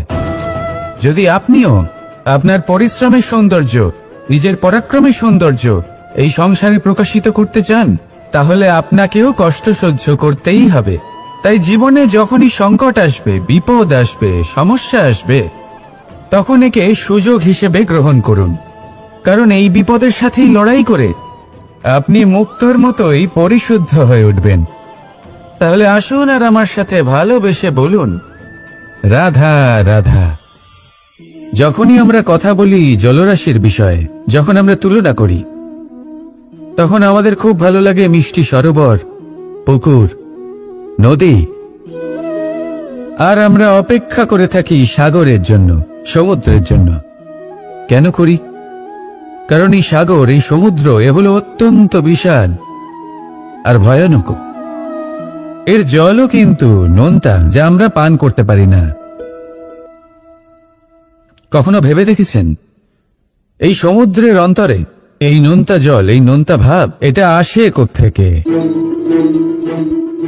এই যে সমুদ্র, যে প্রবাহমান নদীর থেকে যে খনিজ নির্গত হয়, তার ভান্ডার হলো এটা। সেই খনিজকে নিজের অন্তরে গ্রহণ করে, সেই নোনতা ভাব নিজের মধ্যে সমাহিত করে, আর তারপর সেই নোনতা জল বাষ্পে পরিণত হয়ে ওপরে উঠে যায়, যা মেঘ হয়ে আপনার ওপর মিষ্টি বৃষ্টি হয়ে ঝরে পড়ে। এ হলো সমুদ্রের ত্যাগ, যার জন্য আপনি মিষ্টি জল পান করতে পারছেন, সে নদী থেকেই হোক বা সরোবর থেকে।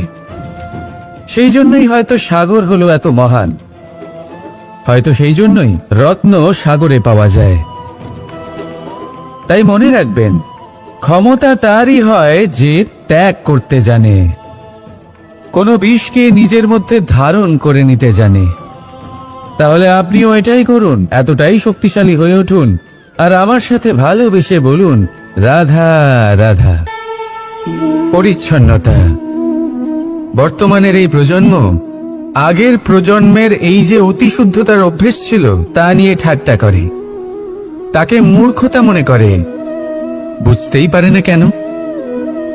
আমাদের মা, ঠাকুমা, দিদিমা এদের দেখেছি সকালে উঠে সবার আগে স্নান করেন। কেন? বুঝতেই পারে না। কেন কথায় কথায় বারান্দা উঠোন পরিষ্কার করা হয়? বুঝতেই পারে না। অনেক মানুষজন এটাকে ধার্মিক এবং অন্ধবিশ্বাস বলে, কিন্তু যদি আমি আপনাকে সত্যি কথা বলি, প্রত্যেক ধর্ম বিজ্ঞানসম্মত।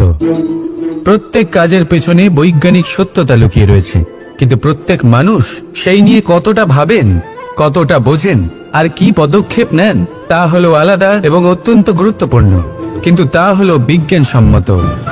আজও যখন আমি আগে বাড়ি যাই, মা সবার আগে আমার হাত পা ধুয়ে দেন, তারপর সবকিছু। তাই আপনি পরিচ্ছন্ন থাকুন, তাহলে আপনি সুস্থ থাকবেন। তখনই আপনার মনে ভক্তিভাব আসবে, তখনই এই সমগ্র সংসারকে সামলানোর শক্তি অর্জন করতে পারবেন। তাহলে পরিচ্ছন্ন থাকুন, সব ভালো থাকবে। রাধা রাধা।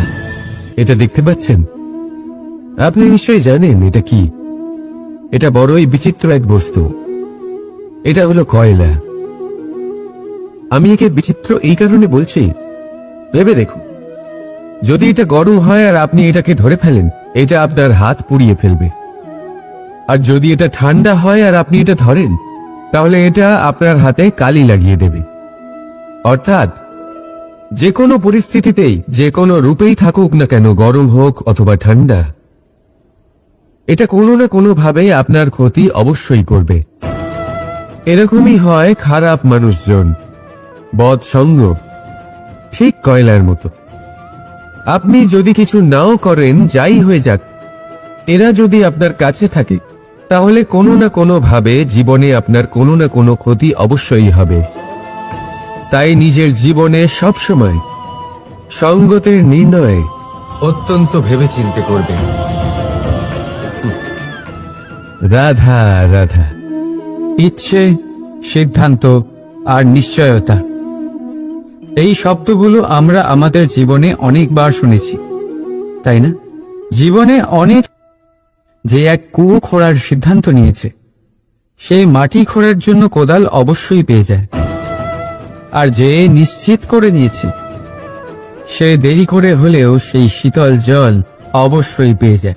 তাই জীবনে কেবল ইচ্ছে করবেন না, সিদ্ধান্ত নিন আর তারপর নিশ্চিত করুন, সব পেয়ে যাবে। আর ভালোবেসে বলুন, রাধা রাধা। স্বপ্ন আর লক্ষ্য একই মনে হয়। এই দুইয়েরই কথা মানুষ কল্পনা করেন, এই দুই মানুষ অর্জন করতে চান। আর এই দুই পূর্ণ হলে মানুষ নিজেকে অত্যন্ত ভাগ্যবান বলে মনে করেন। কিন্তু এই দুইয়ের মধ্যে পার্থক্য আছে। পার্থক্য এই যে স্বপ্নের জন্য বিনা পরিশ্রমের ঘুম দরকার হয়, আর লক্ষ্যের জন্য বিনা ঘুমের পরিশ্রম। যে ব্যক্তি ঘুমের মধ্যে স্বপ্ন দেখতে থাকেন, জেগে ওঠার পর তার হাত খালি থেকে যায়। আর যে ব্যক্তি পরিশ্রম করেন, শয়নকালেও তার হাত তার লক্ষ্যেই থাকে। তাই যদি স্বপ্নও দেখতে হয়, তাহলে লক্ষ্য জেনে পরিশ্রম করুন আর ভালোবেসে বলুন, রাধা রাধা। জীবনে কিছু করে দেখাতে হলে বদল আনতে পারবে, তাকে পথ দেখাতে পারবে, তার জীবনে পরিবর্তন আনতে পারবে।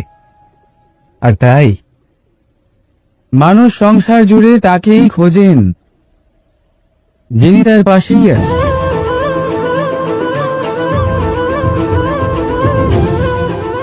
বলুন তো কে? যদি কেউ আপনার জীবন বদলাতে পারে তবে তাকে আয়নায় দেখ। আপনি নিজেই সে যে নিজের জীবন বদলাতে পারে, নিজেই নিজের পথপ্রদর্শক হতে পারে, জীবনে বদল আনতে পারে, পরিবর্তন আনতে পারে। তাই চিনুন নিজের অন্তরের শক্তিকে, আর এটা বিশ্বাস করুন যে এই সংসারে আপনার থেকে বেশি শক্তিশালী আর কেউ নেই। জীবন বদলে যাবে আপনার। আর অন্ধবিশ্বাস নয়, আত্মবিশ্বাসের হাত ধরুন। আপনার সমস্যা আপনা থেকেই দূর হয়ে যাবে।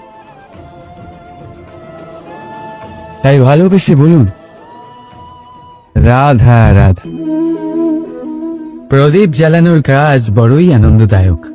উজ্জ্বলতার এই শিখা যেন আত্মার মধ্যে গিয়ে মনে উল্লাস ভরে দেয়।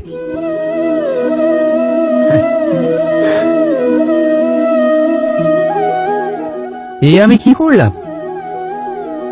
আমি একে নিভিয়ে দিলাম, অথচ এই দিয়েই আমি অন্য প্রদীপগুলি জ্বালিয়েছিলাম। কারণ যতক্ষণ এই শিখা অন্য প্রদীপগুলিকে জ্বালাচ্ছিল ততক্ষণ এই নিজেও জ্বলছিল। কিন্তু যেই ও এই কাজ করা ছেড়ে দিল তখন একেও নিভতে হল। বুঝলেন?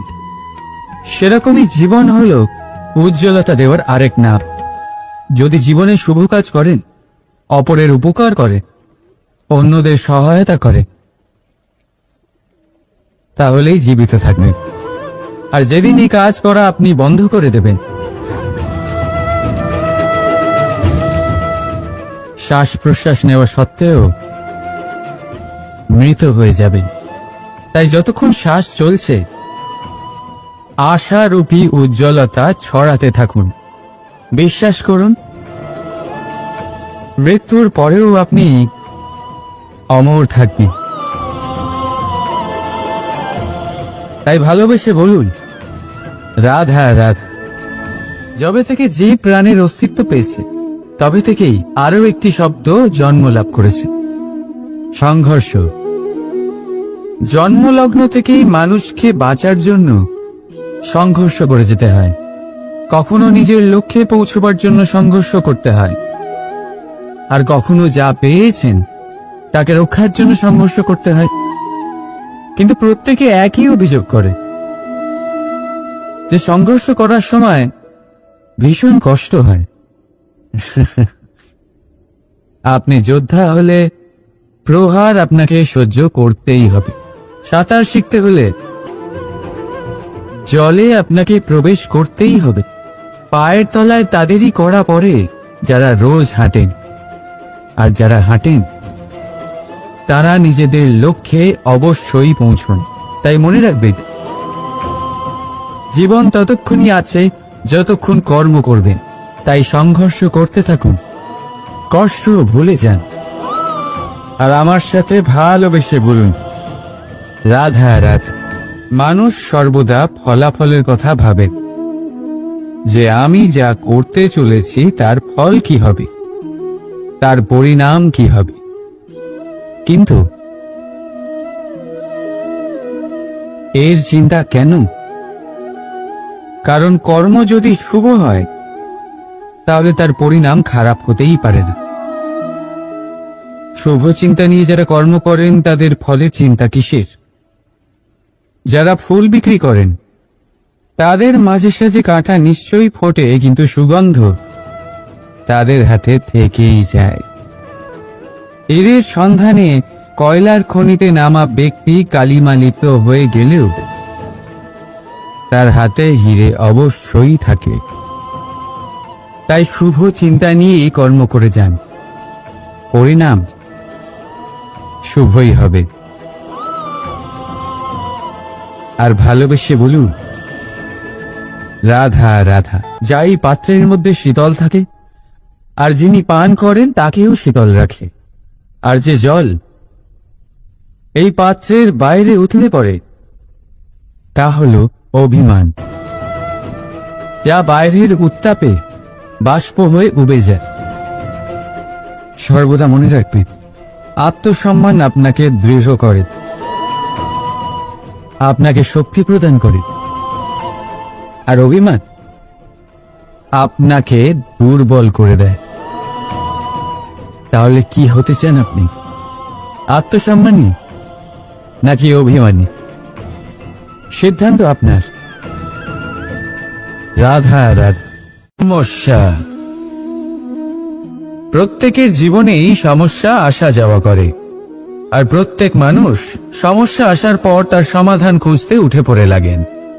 কিন্তু যখনই সমস্যার সমাধান হয়ে যায়, আমরা সুপ্রসন্ন হয়ে যাই এবং অসাবধানও হয়ে যাই। আমাদের মনে হয় যে আমরা সম্পূর্ণরূপে সমস্যার অন্ত করেছি, কিন্তু কোথাও না কোথাও একটা ছোট্ট বীজ রয়েই যায়, আর সেই বীজ আমাদের অসাবধানতার ছত্রছায়ায় বড় হতে থাকে, আর তারপর মহা সংকট হয়ে আবার আমাদের উপর আক্রমণ করে। এই সংকট যে কোনো রূপে আসতে পারে, কোনো শত্রুর রূপেও আসতে পারে, বা কোনো মহামারীর রূপেও আসতে পারে। সেই জন্য সবসময় সাবধান থাকাই উচিত। কারণ অসাবধান হলে কি হয়, আমাদের সুরক্ষা চক্রে একটা ছেদ উৎপন্ন হয়, আর আমাদের শেষ করতে পারে এমন এক বাণ সেই ছেদ বিন্দু হয়ে আমাদের হৃদয়ে প্রবেশ করতে পারে। তাই যে কোনো সমস্যার সমাধান করুন, জয়ী হন, উৎসবও পালন করুন, কিন্তু সাবধানে থাকবেন। আসুন আর আমার সাথে ভালোবেসে বলুন, রাধা রাধা। কর্ম, ধর্ম আর কর্তব্য, এই তিনটি একে অপরের সাথে জড়িত। আর অনেক সময় এই তিনটি পালন করতে করতে আমাদের সেই ব্যক্তির সামনে গিয়ে দাঁড়াতে হয়, তার বিরুদ্ধেই যেতে হয়, যাকে আমরা সব থেকে বেশি ভালোবাসি। কিন্তু সেইখানে এই যুদ্ধ কোনো ব্যক্তিগত যুদ্ধ থাকে না, এ হলো কর্ম, ধর্ম আর কর্তব্যের যুদ্ধ। এটা সরল নয়, অত্যন্ত কঠিন হয় তার সম্মুখীন হওয়া যাকে আমরা সব থেকে বেশি সম্মান করি। কিন্তু আমাদের তো আমাদের ধর্মের পথে চলতেই হবে, কারণ আমরা কর্মবদ্ধ, কর্তব্যবদ্ধ, আর এটাই করা উচিত। শুধু এটুকু মনে রাখবেন, যদি আপনার উদ্দেশ্য শুভ হয়, আপনার ভাবনা শুভ হয়, আপনি যদি কর্ম, ধর্ম আর কর্তব্যের পথে অগ্রসর হন, তাহলে এই প্রক্রিয়াতে যদি আপনাকে আপনার আরাধ্যেরও সামনে দাঁড়াতে হয়, তাহলেও আপনার কোনো ক্ষতি হবে না। তাহলে আসুন আর আমার সাথে ভালোবেসে বলুন, রাধা রাধা। মানুষের ক্ষমতা আজ আপনার থাকলেও কাল তা নাও থাকতে পারে। এই শরীরটা তো নশ্বরই বটে। যত আপনি বার্ধক্যের দিকে অগ্রসর হবেন, দুর্বল হতে থাকবেন, সৌন্দর্য ক্ষীণ হতে থাকবে, আর সম্পত্তি আজ আপনার, কাল অন্য কারোর হয়ে যাবে। আর এই সমস্ত নশ্বর জিনিসে মন কেন্দ্রীভূত করতে করতে ব্যক্তি ভুলে যান সেই বিষয়গুলি যা সর্বদা আপনার সাথে থাকবে, আপনার ঢাল হবে, আপনার সম্বল হয়ে থাকবে। আর তা হল আপনার স্বভাব, বুদ্ধি, সৎসঙ্গ আর খাঁটি সম্পর্ক। নিজের স্বভাব শীতল রাখুন, কর্মে বুদ্ধির পরিচয় দিন, সর্বদা ভালো মানুষের সাথে সময় কাটান, আর খাঁটি সম্পর্ক সর্বদা পালন করুন। জীবনে সর্বদা সুখী হবেন। রাধা রাধা। আমরা কর্ম করি, আর সেই কর্ম অনুসারে আমাদের তার ফল প্রাপ্ত হয়। এখন এই কর্ম আরো শ্রেষ্ঠ হতে থাকে, আমরা আরো প্রেরিত হতে থাকি। তার জন্য আমরা বড় বড় জ্ঞানীদের থেকে প্রভাবশালী, প্রেরণাদায়ক ব্যক্তির সাথে দেখা করার চেষ্টা করি, দেখা করিও। নিজের কর্মের বিষয়ে বিচার করি, আলোচনা করি, তাই তো? কারণ আমাদের কাজ দেখে তাতে বিশেষ মতামত সামনে থাকা ব্যক্তিই দিতে পারে। কিন্তু এই পুরো চক্রতে সংসারের সব থেকে গুরুত্বপূর্ণ ব্যক্তির সাথে কথা বলতে আমরা ভুলেই যাই। আপনি কি জানেন সংসারের সব থেকে গুরুত্বপূর্ণ ব্যক্তি কে? স্বয়ং আপনি। হ্যাঁ, আপনি সে। আপনি জীবিত আছেন, তাই এই সংসার জীবিত আছে। আপনি হলেন আপনার সমস্ত কর্মের কেন্দ্র। তাই এবার থেকে প্রতিদিন একটু সময় নিজের জন্য বের করে নিজের সাথে কথা বলুন। নিজেকে বুঝুন, নিজের কর্মকে বুঝুন। কিছু প্রশ্ন আসবে, কিছুর উত্তর পাবেন। আরো কিছু প্রশ্ন আসবে যার উত্তর আপনি অবশ্যই পাবেন, কিন্তু এটা করবেন অবশ্যই, নয়তো আপনি এই সংসারের সব থেকে গুরুত্বপূর্ণ ব্যক্তির সাথে দেখা করার সুযোগই হারিয়ে ফেলবেন। এবার বলুন, আপনি কি এরকম চাইবেন? রাধা রাধা, প্রেম, ঘৃণা, এই দুই হলো একই শব্দ। কিভাবে? দেখুন না, দুটোতেই আড়াই অক্ষর রয়েছে। দুটোই হলো সেই অনুভূতি যা আমাদের মনের সাথে জড়িত, আর এই দুই অনুভূতির সাথে জড়িত মানুষ আমাদের জন্য গুরুত্বপূর্ণ। পার্থক্য শুধু এটাই যে প্রেম পায় সম্মান আর ঘৃণাকে করা হয় অবজ্ঞা। এরকম কেন? কারণ প্রেম হলো সেই অনুভূতি যেখানে মানুষ সব কিছু দিয়ে দিতে চায়, সব কিছু লুটিয়ে দিতে চায়। সেখানে ঘৃণা হলো এমন অনুভূতি যেখানে মানুষ সবকিছু কেড়ে নিতে চায়, সবকিছু জিতে নিতে চায়। তাও প্রেমের অনুভূতি কখনো আপনাকে হারতে দেয় না, আর ঘৃণার অনুভূতি কখনো আপনাকে জিততে দেয় না। এবার কি করবেন আপনি? একটাই জীবন, ঘৃণার সাথে বাঁচবেন নাকি প্রেমের সাথে? আমি তো প্রেমকেই চয়ন করব। রাধা রাধা। পাওয়া এবং হারিয়ে ফেলা, এই দুই হলো জীবনের অভিন্ন অঙ্গ। আমরা যেমন কিছু পেয়ে থাকি, তেমন কিছু হারিয়েও থাকি। কিছু স্বপ্ন সার্থক হয়, আবার কিছু লক্ষ্য অপূর্ণই থেকে যায়। জীবনে এটা হয়েই থাকে, প্রত্যেকের জীবনেই এটা হয়ে থাকে। কিন্তু কারোর সাথে দেখা হলে আমরা কি ধরনের কথা বলি?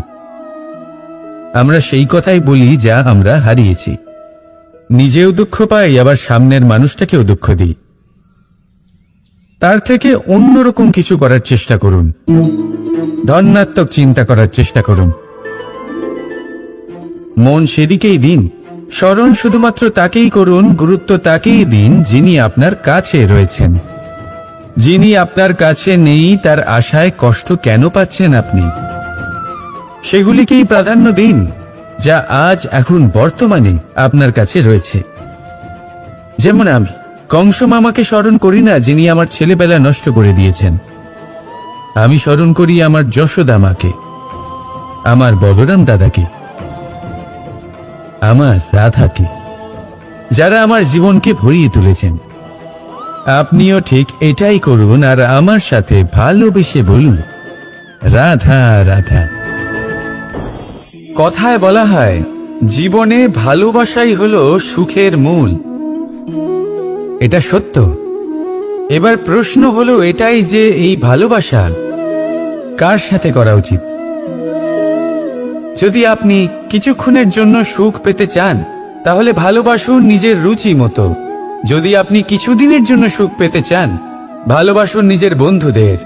যদি আপনি কয়েক মাসের জন্য, কয়েক বছর বা অনেক বছরের জন্য সুখী হতে চান, তাহলে ভালোবাসুন নিজের পরিবারকে, মাতা পিতা, নিজের সন্তান, স্বামী স্ত্রী, নিজের আত্মীয়দের।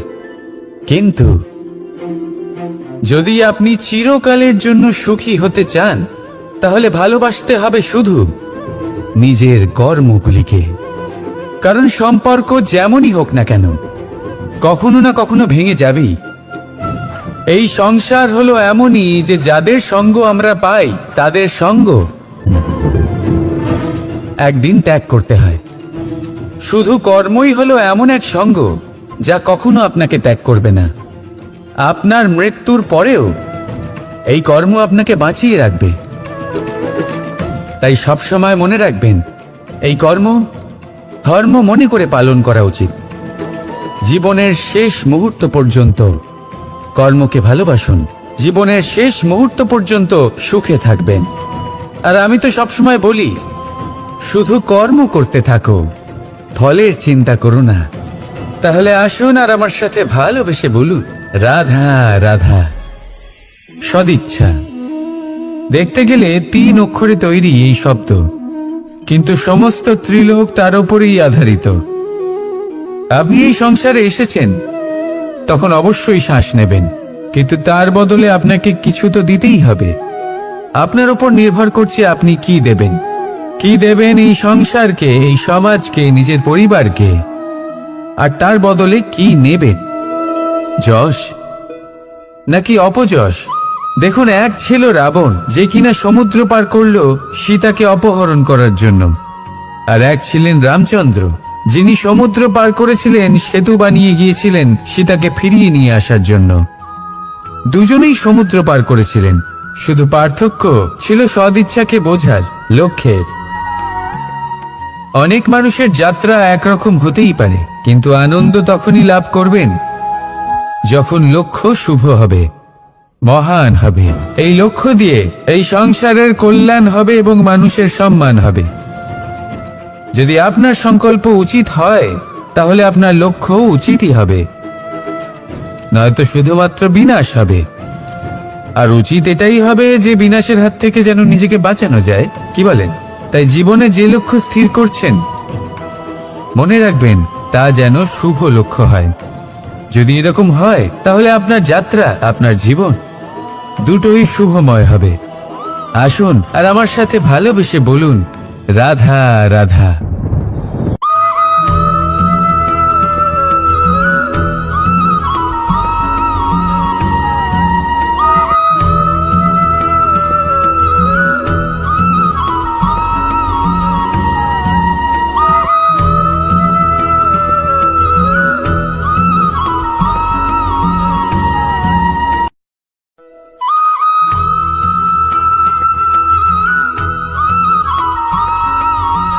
এই সংসারে সব থেকে বেশি কোমল বস্তু হলো রেশম। এই রেশম এতটাই কোমল হয় যে এর পুরো একটা থান শুধুমাত্র একটা হাতে ধরা সম্ভব। কখনো ভেবে দেখেছেন এই রেশম কিভাবে হয়? একটি কীট তার লালার দ্বারা উৎপন্ন হয়। এই কীট সেই রেশমকে পাক দিতে থাকে, পাক দিতেই থাকে, আর আস্তে আস্তে তার মধ্যেই জড়িয়ে পড়ে। শেষে ওর এই সুন্দর অমূল্য সৃষ্টি রেশমের জন্য এই কীটগুলিকে এই কবচের সাথেই ফুটন্ত জলে ফেলে দেওয়া হয়। এই সংসারে যদি আমাদের স্বপ্ন এই সংসারের দুঃখ হরণ করার জন্য, এই সংসারে সুখ বিতরণ করার জন্য হয়, তবেই আমাদের প্রগতি সম্ভব। যদি আমাদের এই স্বপ্ন শুধুই আমাদের এবং আমাদের স্বার্থ সিদ্ধির জন্য হয়, তাহলে এই স্বপ্ন আমাদের অন্ধ করে দেবে, আমাদের অন্ধকারের পথে নিয়ে যাবে, আর আমরাও সেই কীটের মতো হয়ে যাব। নিজেদেরই মায়াজালে আমরা নিজেই ফেঁসে যাব, আর শেষে আমরা যদি কিছু লাভ করি তা হবে একাকিত্ব, অন্ধকারময় মৃত্যু। তাই স্বপ্ন অবশ্যই দেখুন, কিন্তু এমন ভাবে স্বপ্ন দেখবেন না যে তার এই বন্দিগৃহে আপনি নিজেই ফেঁসে গেলেন। স্বপ্ন দেখুন পরোপকারে।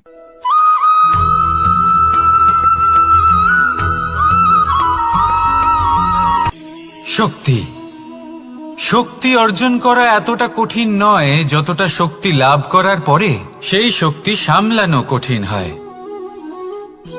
কারণ যেই মানুষ শক্তি লাভ করে তার মনে গর্ববোধ জন্মায়, জন্মায় অহংকার, জন্মায় জেদ। তাই শক্তি প্রাপ্ত করার সাথে বিনম্র থাকাও অত্যন্ত আবশ্যক। আর এটা আমাদের শেখা উচিত বৃক্ষের থেকে। বৃক্ষ যা আমাদের ফল দেয়, বৃক্ষ যা যত ফল দেয় ততটাই ঝুঁকে যায়।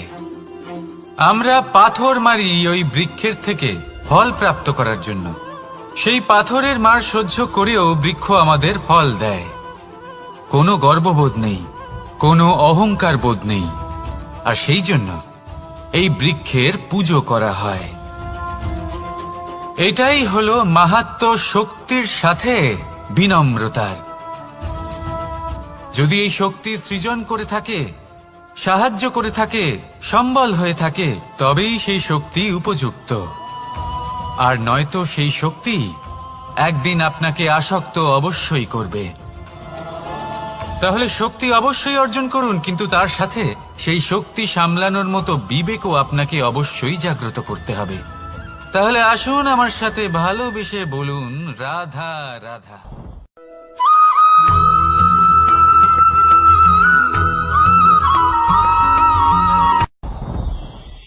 সাথী, সাথী এই শব্দটির ব্যাখ্যা কে কিভাবে করে?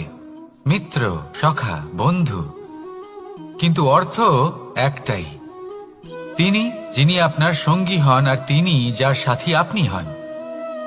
এবার সব থেকে বড় প্রশ্ন হলো এটাই যে তিনি কে হতে পারেন যাকে আপনি আপনার সাথী বলে মেনে নিতে পারেন, নিজের সখা, নিজের মিত্র, নিজের বন্ধু মেনে নিতে পারেন।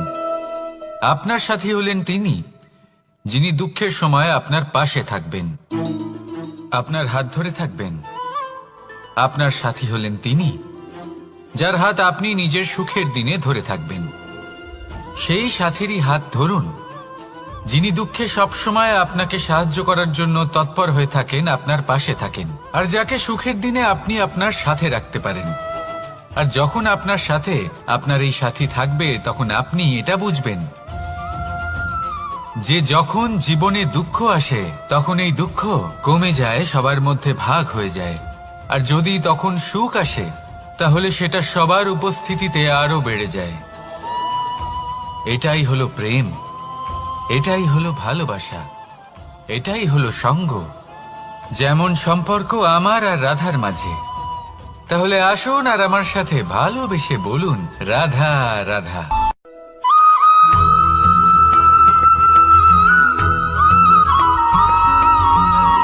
জীবন কিসের উপর নির্ভরশীল? ধনের ওপর, বৈভবের অনুভব যদি আপনি করতে চান তাহলে তা পাবেন শুধু একতার দ্বারা, সংগঠনের দ্বারা। যদি আপনাকে উদাহরণ দিই, নিজের এই হাতটাকে দেখুন, 5টা আঙুল রয়েছে। কোনো একটা বস্তুকে নিজের একটা আঙুল দ্বারা তুলে ধরার চেষ্টা করে দেখুন, বড়ই কষ্ট হবে। তখন আপনি বুঝতে পারবেন যখন এই 5টি আঙুল একত্রিত হয় তখন কোনো কাজ কতটা সহজ হতে পারে। এটাই হলো শক্তি, একতার। সব থেকে ভালো উদাহরণ যদি আপনাকে দিই তাহলে বাঁশি। এই বাঁশি থেকে অত্যন্ত মধুর সুর নির্গত হয় যা সবার মন প্রসন্ন করে দেয়। এই কথা সত্যি, কিন্তু এই বাঁশি আমি একটা বা দুটো আঙুল দিয়ে বাজাতে পারবো না। আমাকে প্রত্যেকটা আঙুল ব্যবহার করতেই হবে, তবেই এর থেকে মধুর সুর নির্গত হবে যা সকলকে প্রসন্ন করবে, ঠিক কিনা? ঠিক এইভাবেই যদি আপনি চান যে আপনার জীবনরূপী বাঁশি থেকেও মধুর সুর নির্গত হোক বা সবার মনকে প্রসন্ন করে তুলুক, তাহলে আপনাকেও জীবনে একতা নিয়ে আসতেই হবে। আপনি একাও কর্ম করতে পারেন, পথ চলতেও পারেন, সামনেও এগোতে পারেন, সাফল্যও লাভ করতে পারেন।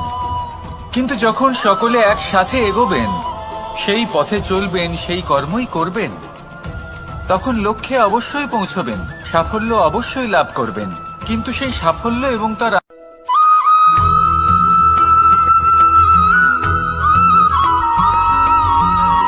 পুরুষার্থ। শাস্ত্রে 4 ধরনের পুরুষার্থের কথা বলা হয়েছে। প্রথম হলো ধর্ম। আপনি কি জানেন এই ধর্ম হলো সেটা যাকে ধারণ করা যেতে পারে, আর ধারণ শুধু সেটাই করা যায় যা পবিত্র।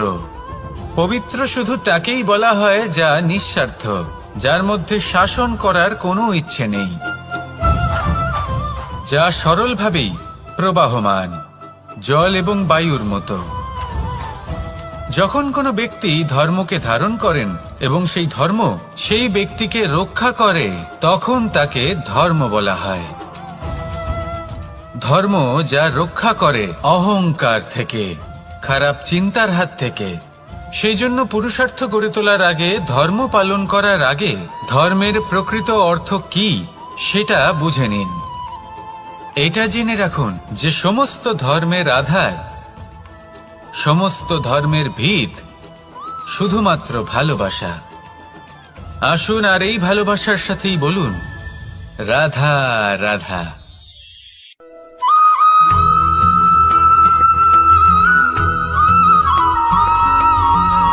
কেউ বলে জীবন খুব ক্ষণস্থায়ী, কেউ বলে জীবন হলো একটা সুন্দর স্বপ্নের মতো, আবার কেউ বলবে জীবন হলো এক কঠোর সত্য। কিন্তু জীবন আসলে কি? জীবন হলো আপনারই প্রতিবিম্ব, একটা দর্পণ। অর্থাৎ আপনি জীবনকে সেইভাবেই পাবেন যেরকম আপনি নিজেকে প্রতিপন্ন করবেন। যদি আপনি দর্পণের দিকে তাকিয়ে হাসেন, তাহলে আপনি সামনে হাসি মুখী দেখতে পাবেন। এবার যদি আপনি গম্ভীর হয়ে থাকেন, তাহলে আপনি একজন রুষ্ট ব্যক্তি দেখতে পাবেন। শেষে সবথেকে বেশি গুরুত্বপূর্ণ হলো আপনার চেষ্টা। আপনাকে সবসময় চেষ্টা করতে হবে যাতে আপনি নিজেকে প্রসন্ন এবং ইতিবাচক মনোভাবে রাখেন। এটা হলো আপনারই উত্তরদায়িত্ব, তাকে পালন করুন। এই মনকে প্রসন্ন রাখুন, এই সংসারকে সুন্দর বলে মনে হবে। আর এই মন প্রসন্ন হয়ে বলবে, রাধা রাধা।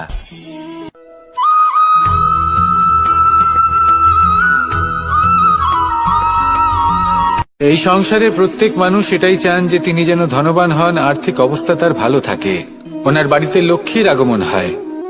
কিন্তু সেটা হবে কি করে, সেটাই হলো প্রশ্ন।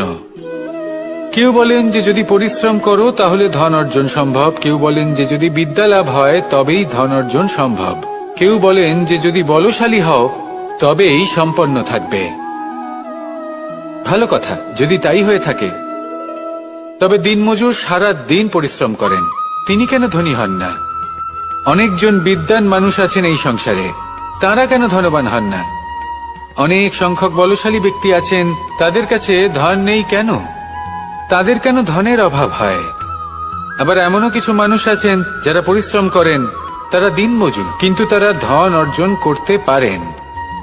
কিছু বিদ্বান ব্যক্তি আছেন যাদের কাছে অধিক মাত্রায় ধন রয়েছে। কয়েকজন বলশালী ব্যক্তি রয়েছেন যাদের কাছে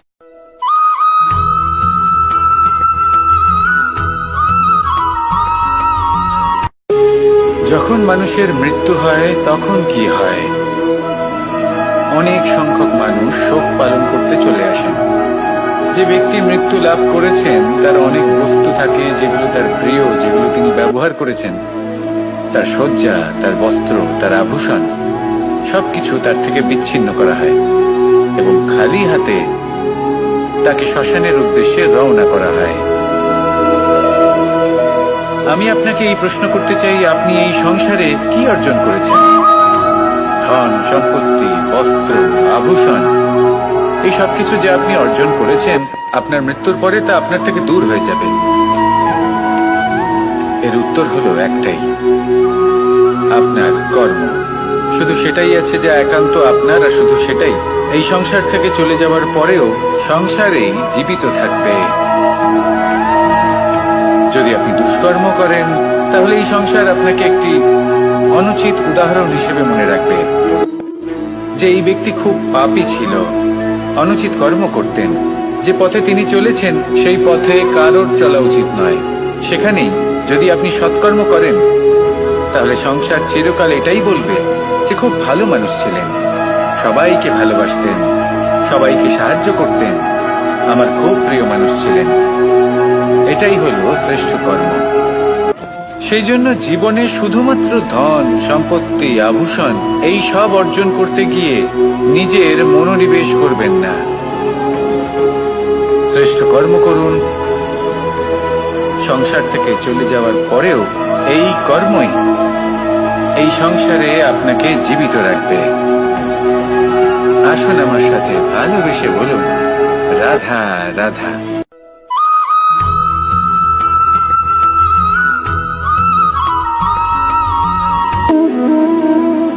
সম্পর্ক হলো আমাদের জীবনের একটি আধার। কিছু সম্পর্ক এমন যা আমরা জন্মসূত্রে লাভ করি, যেমন পরিবার, মা, বাবা। কিছু সম্পর্ক আছে যা আমরা জীবনে অর্জন করে থাকি, তা সে প্রেমের হোক, স্নেহের হোক বা বন্ধুত্বের। এই সকল সম্পর্ক লাভ করার বা গড়ে তোলার 5টি ধাপ রয়েছে। প্রথম ধাপ, কোনো ব্যক্তির সাথে আলাপ হওয়া, তার সাথে কথা বলা বা তাকে দেখা। দ্বিতীয় ধাপ, সে ব্যক্তিকে আমাদের ভালো লাগা। তৃতীয় ধাপ, আমাদের এটা চাইতে শুরু করা যে জীবনে এই ব্যক্তি যেন আমাদের বন্ধু হন, আমাদের জীবনে থাকেন, বা আমাদের কাউকে ভালোবেসে ফেলা, আর এটা আমাদের ভাবা বা চাওয়া যে সেই ব্যক্তি যেন আজীবন আমার সাথে থাকেন আমার জীবনে আমার সাথী হয়ে। চতুর্থ ধাপ, লাভ করা। এবার এই ধাপটি অনেক মানুষের পক্ষেই খুবই সরল হয়, বড়ই সরল ভাবে নিজেদের সঙ্গীকে লাভ করে থাকেন। কিছু মানুষের জন্য এই ধাপ অত্যন্ত কঠিন হয়ে থাকে। অনেক প্রতিকূল পরিস্থিতির উপর জয়লাভ করে তারা সঙ্গীকে লাভ করেন, কিন্তু লাভ অবশ্যই করেন। এরপরে আসে পঞ্চম, অন্তিম এবং সব থেকে গুরুত্বপূর্ণ ধাপ। সেটা হলো সেই সম্পর্ক পালন করা। এটা হলো এমন এক বিষয় যা প্রত্যেক মানুষের শেখা উচিত। যদি ব্যক্তি নিজের জীবনে সম্পর্ক রক্ষা করতে শিখে যান, তবে প্রত্যেক সম্পর্ক তার জীবনকে স্বর্গ করে তুলবে। আসুন আর আমার সাথে ভালোবেসে বলুন, রাধা রাধা।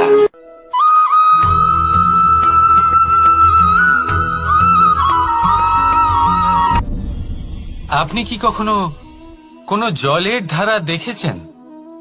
তার সামনে যতই মাটি থাকুক না কেন, যতই কাদা থাকুক না কেন, যখন এই জলের ধারা বইতে আরম্ভ করে দেয়, তাহলে নিজের মনের, নিজের ভাবনার, নিজের জীবনের যত অনাবশ্যক তত্ত্ব আছে, অনুপযোগী অংশ রয়েছে, অর্থাৎ অপরিষ্কার অংশ রয়েছে, তা নিজে থেকেই নির্মল হয়ে উঠবে। আর যেরকম জলের ধারা কখনো থেমে থাকে না, সব সময় বয়ে চলে, সেইভাবে আপনিও কখনোই থামবেন না। সবসময় বয়ে চলুন, এগোতে থাকুন। পথে যদি অনেক বিপদ আসে, সমস্যা আসে, থামবেন না, তার উপর নিরন্তর প্রহার করুন, নিরন্তর প্রয়াস করুন আর অগ্রসর হন। আপনি ভেবে দেখুন, এই জলের ধারা কখনো থেমে থাকে না, সবসময় বয়ে চলে, বিপদের সম্মুখীন হয়ে তাকে সাথে বয়ে নিয়ে চলে। সেই জন্য জলের ধারা, প্রবাহমান এই ধারা, এর থেকে কখনো দুর্গন্ধ আসে না, এতে কখনো ময়লা জমতে পারে না, বরং পালিত হয় সুন্দর প্রাণবন্ত জীবজন্তু, যেমন সুন্দর ছোট মাছ। তাই আপনিও এটাই করুন, কখনো থামবেন না, শুধু চলতে থাকুন, জলের ধারার মতো বইতে থাকুন। আপনি আপনার লক্ষ্য অবশ্যই খুঁজে পাবেন, আর তার সাথে নিজের অন্তরের যে মালিন্য রয়েছে তা আপনি নিজেই নিজের থেকে দূরে করে দেবেন। তাহলে আসুন আর আমার সাথে ভালোবেসে বলুন, রাধা রাধা।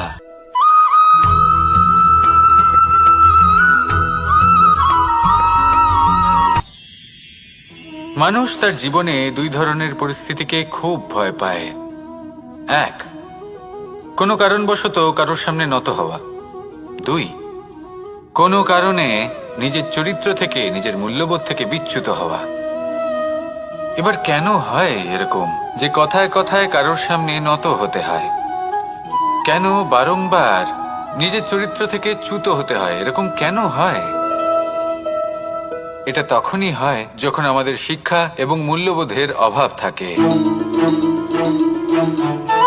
যদি মানুষের মধ্যে প্রকৃত শিক্ষা থাকে, তাহলে এই সংসারে কোনো সময় এবং কারোর সামনেই নত হওয়ার কোনো প্রয়োজন নেই।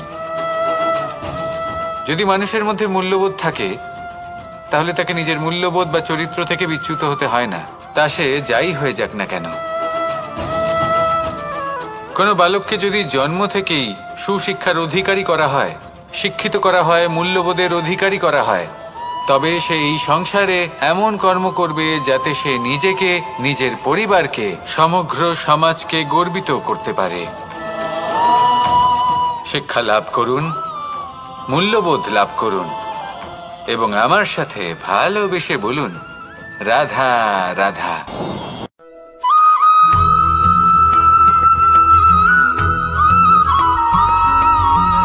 আপনি কখনো দিয়ে তাদের ঠোঁটে খাবার পরিবেশন করে, কিন্তু যেই সেই সন্তানেরা হৃষ্টপুষ্ট হয়ে যায় এবং সেই কথা বাজ নিজে বুঝতে পেরে যায়, সেই বাজ নিজেই সেই বাসা ছিন্ন ভিন্ন করে দেয়। সেই সন্তান যাদের সবেমাত্র ডানা গজিয়েছে, কিভাবে উঠতে হয় তারা জানে না, সেই সন্তানগুলিকে উচ্চতা থেকে ঠেলে দেয়। সেই সন্তান প্রথমে ভয়ভীত হয়ে যায়, তারা সামনে মৃত্যুকে দেখতে পেয়ে ভয়ের কারণে তাদের ডানা ঝাপটাতে থাকে, আর সেই প্রক্রিয়াতেই সেই সন্তানগুলি উড়তে শুরু করে দেয়। এবার এই ঘটনায় আমরা কি শিক্ষা পেতে পারি? এটাই, যদি আপনি মাতা পিতা হন তাহলে নিজের সন্তানকে অবশ্যই স্নেহ করুন, কিন্তু তাদেরকে নিজের আঁচলের তলায় বেঁধে রাখবেন না। যদি আপনি চান আপনার সন্তান জীবনে উন্নতি করুক, তাহলে নিজের মুঠো থেকে তাদের স্বতন্ত্র করে দিন। এই সংসারে সংঘর্ষ করতে দিন। সেই সন্তান নিজেই বুঝতে পারবে যে জন্মের সময় পাওয়া ডানা কি করে ব্যবহার করতে হয়। আর আপনার চোখের সামনে আপনার সন্তান এই আকাশে উড়তে থাকবে। তাহলে আসুন আমার সাথে ভালোবেসে বলুন, রাধা রাধা।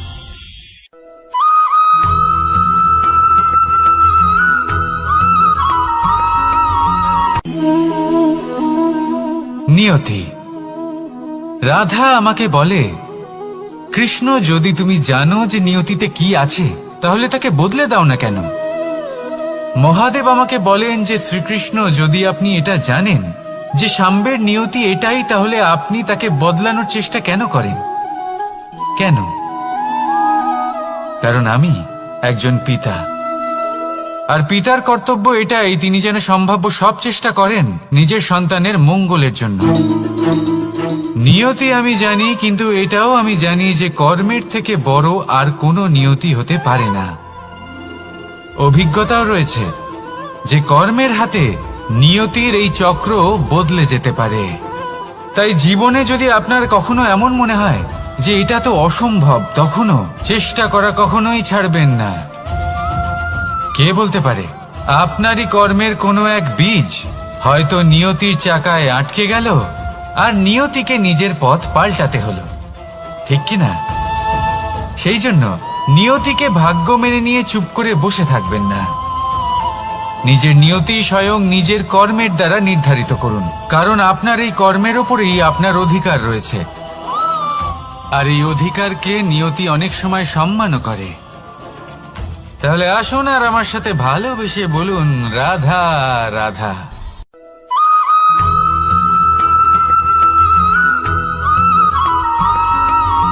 কখনো কখনো আমরা ভাবি যে কোনো ব্যক্তি যিনি ধর্মের পথে চলেছেন, যদি তার দ্বারা কোনো ভুল হয়ে থাকে তাহলে নিয়তি তাকে সেই মুহূর্তেই কঠোর শাস্তি দেন। কিন্তু সেই সব মানুষ যারা সংসারের সবথেকে বড় অধর্মী, বহু নিকৃষ্ট মানের কাজ করেন, তাদের নিয়তি অনেক সুযোগ দেন। তাদের নিয়তি এরকম কঠোর প্রহার করেন না। এই ভাবনা কখনো না কখনো মনে আসেই। ভেবে দেখুন কেন? আসলে জীবনকে বেশিরভাগ মানুষ একভাবেই দেখে থাকেন, বিভিন্ন স্তরে একে দেখা উচিত। এবার আপনি বলুন, এই সংসারে কোনো অধর্মী কখনো প্রেরণার উৎস হতে পারেন? কখনোই নয়। যে মানুষ নিজের আত্মাকে মলিন করে ফেলেছেন, তিনি এই সংসারকে কিভাবে প্রেরণা যোগাবেন? উনি নিজেই বুঝতে পারেন না কোনটা করা উচিত, ধর্ম কোনটা। তাই নিয়তি তাকে একটা সুযোগ দেন, এটা বোঝার সুযোগ দেন যে কোনটা উচিত, কোনটা ধর্ম। সুযোগ দেন নিজের বিবেক জাগিয়ে তোলার, তাকে সুযোগ দেন নিজের অন্তরাত্মার ডাক শোনার। যখন তাতেও কাজ হয় না, তখন নিয়তির কাছে একটাই পথ বাকি থাকে, আর তা হল মহাবিনাশ। মহাবিনাশ হয়তো দেরিতেই আসতে পারে, কিন্তু তা অবশ্যই আসবে। আর যখন মহাবিনাশ আসে, তখন মহাবিনাশের যন্ত্রণা সমগ্র মানব জীবনের যন্ত্রণার থেকে অনেক বেশি হয়। এই কথাটা সবসময় মনে রাখবেন। আর অন্যদিকে যে মানুষ ধর্মের পথে চলছেন, তার দ্বারা যদি কোনো ভুল হয়ে থাকে, তখন নিয়তি তার পরীক্ষা নেন। কিছুক্ষণের জন্য মানুষের মনে হতে পারে নিয়তি তাকে কঠোর শাস্তি দিয়েছেন।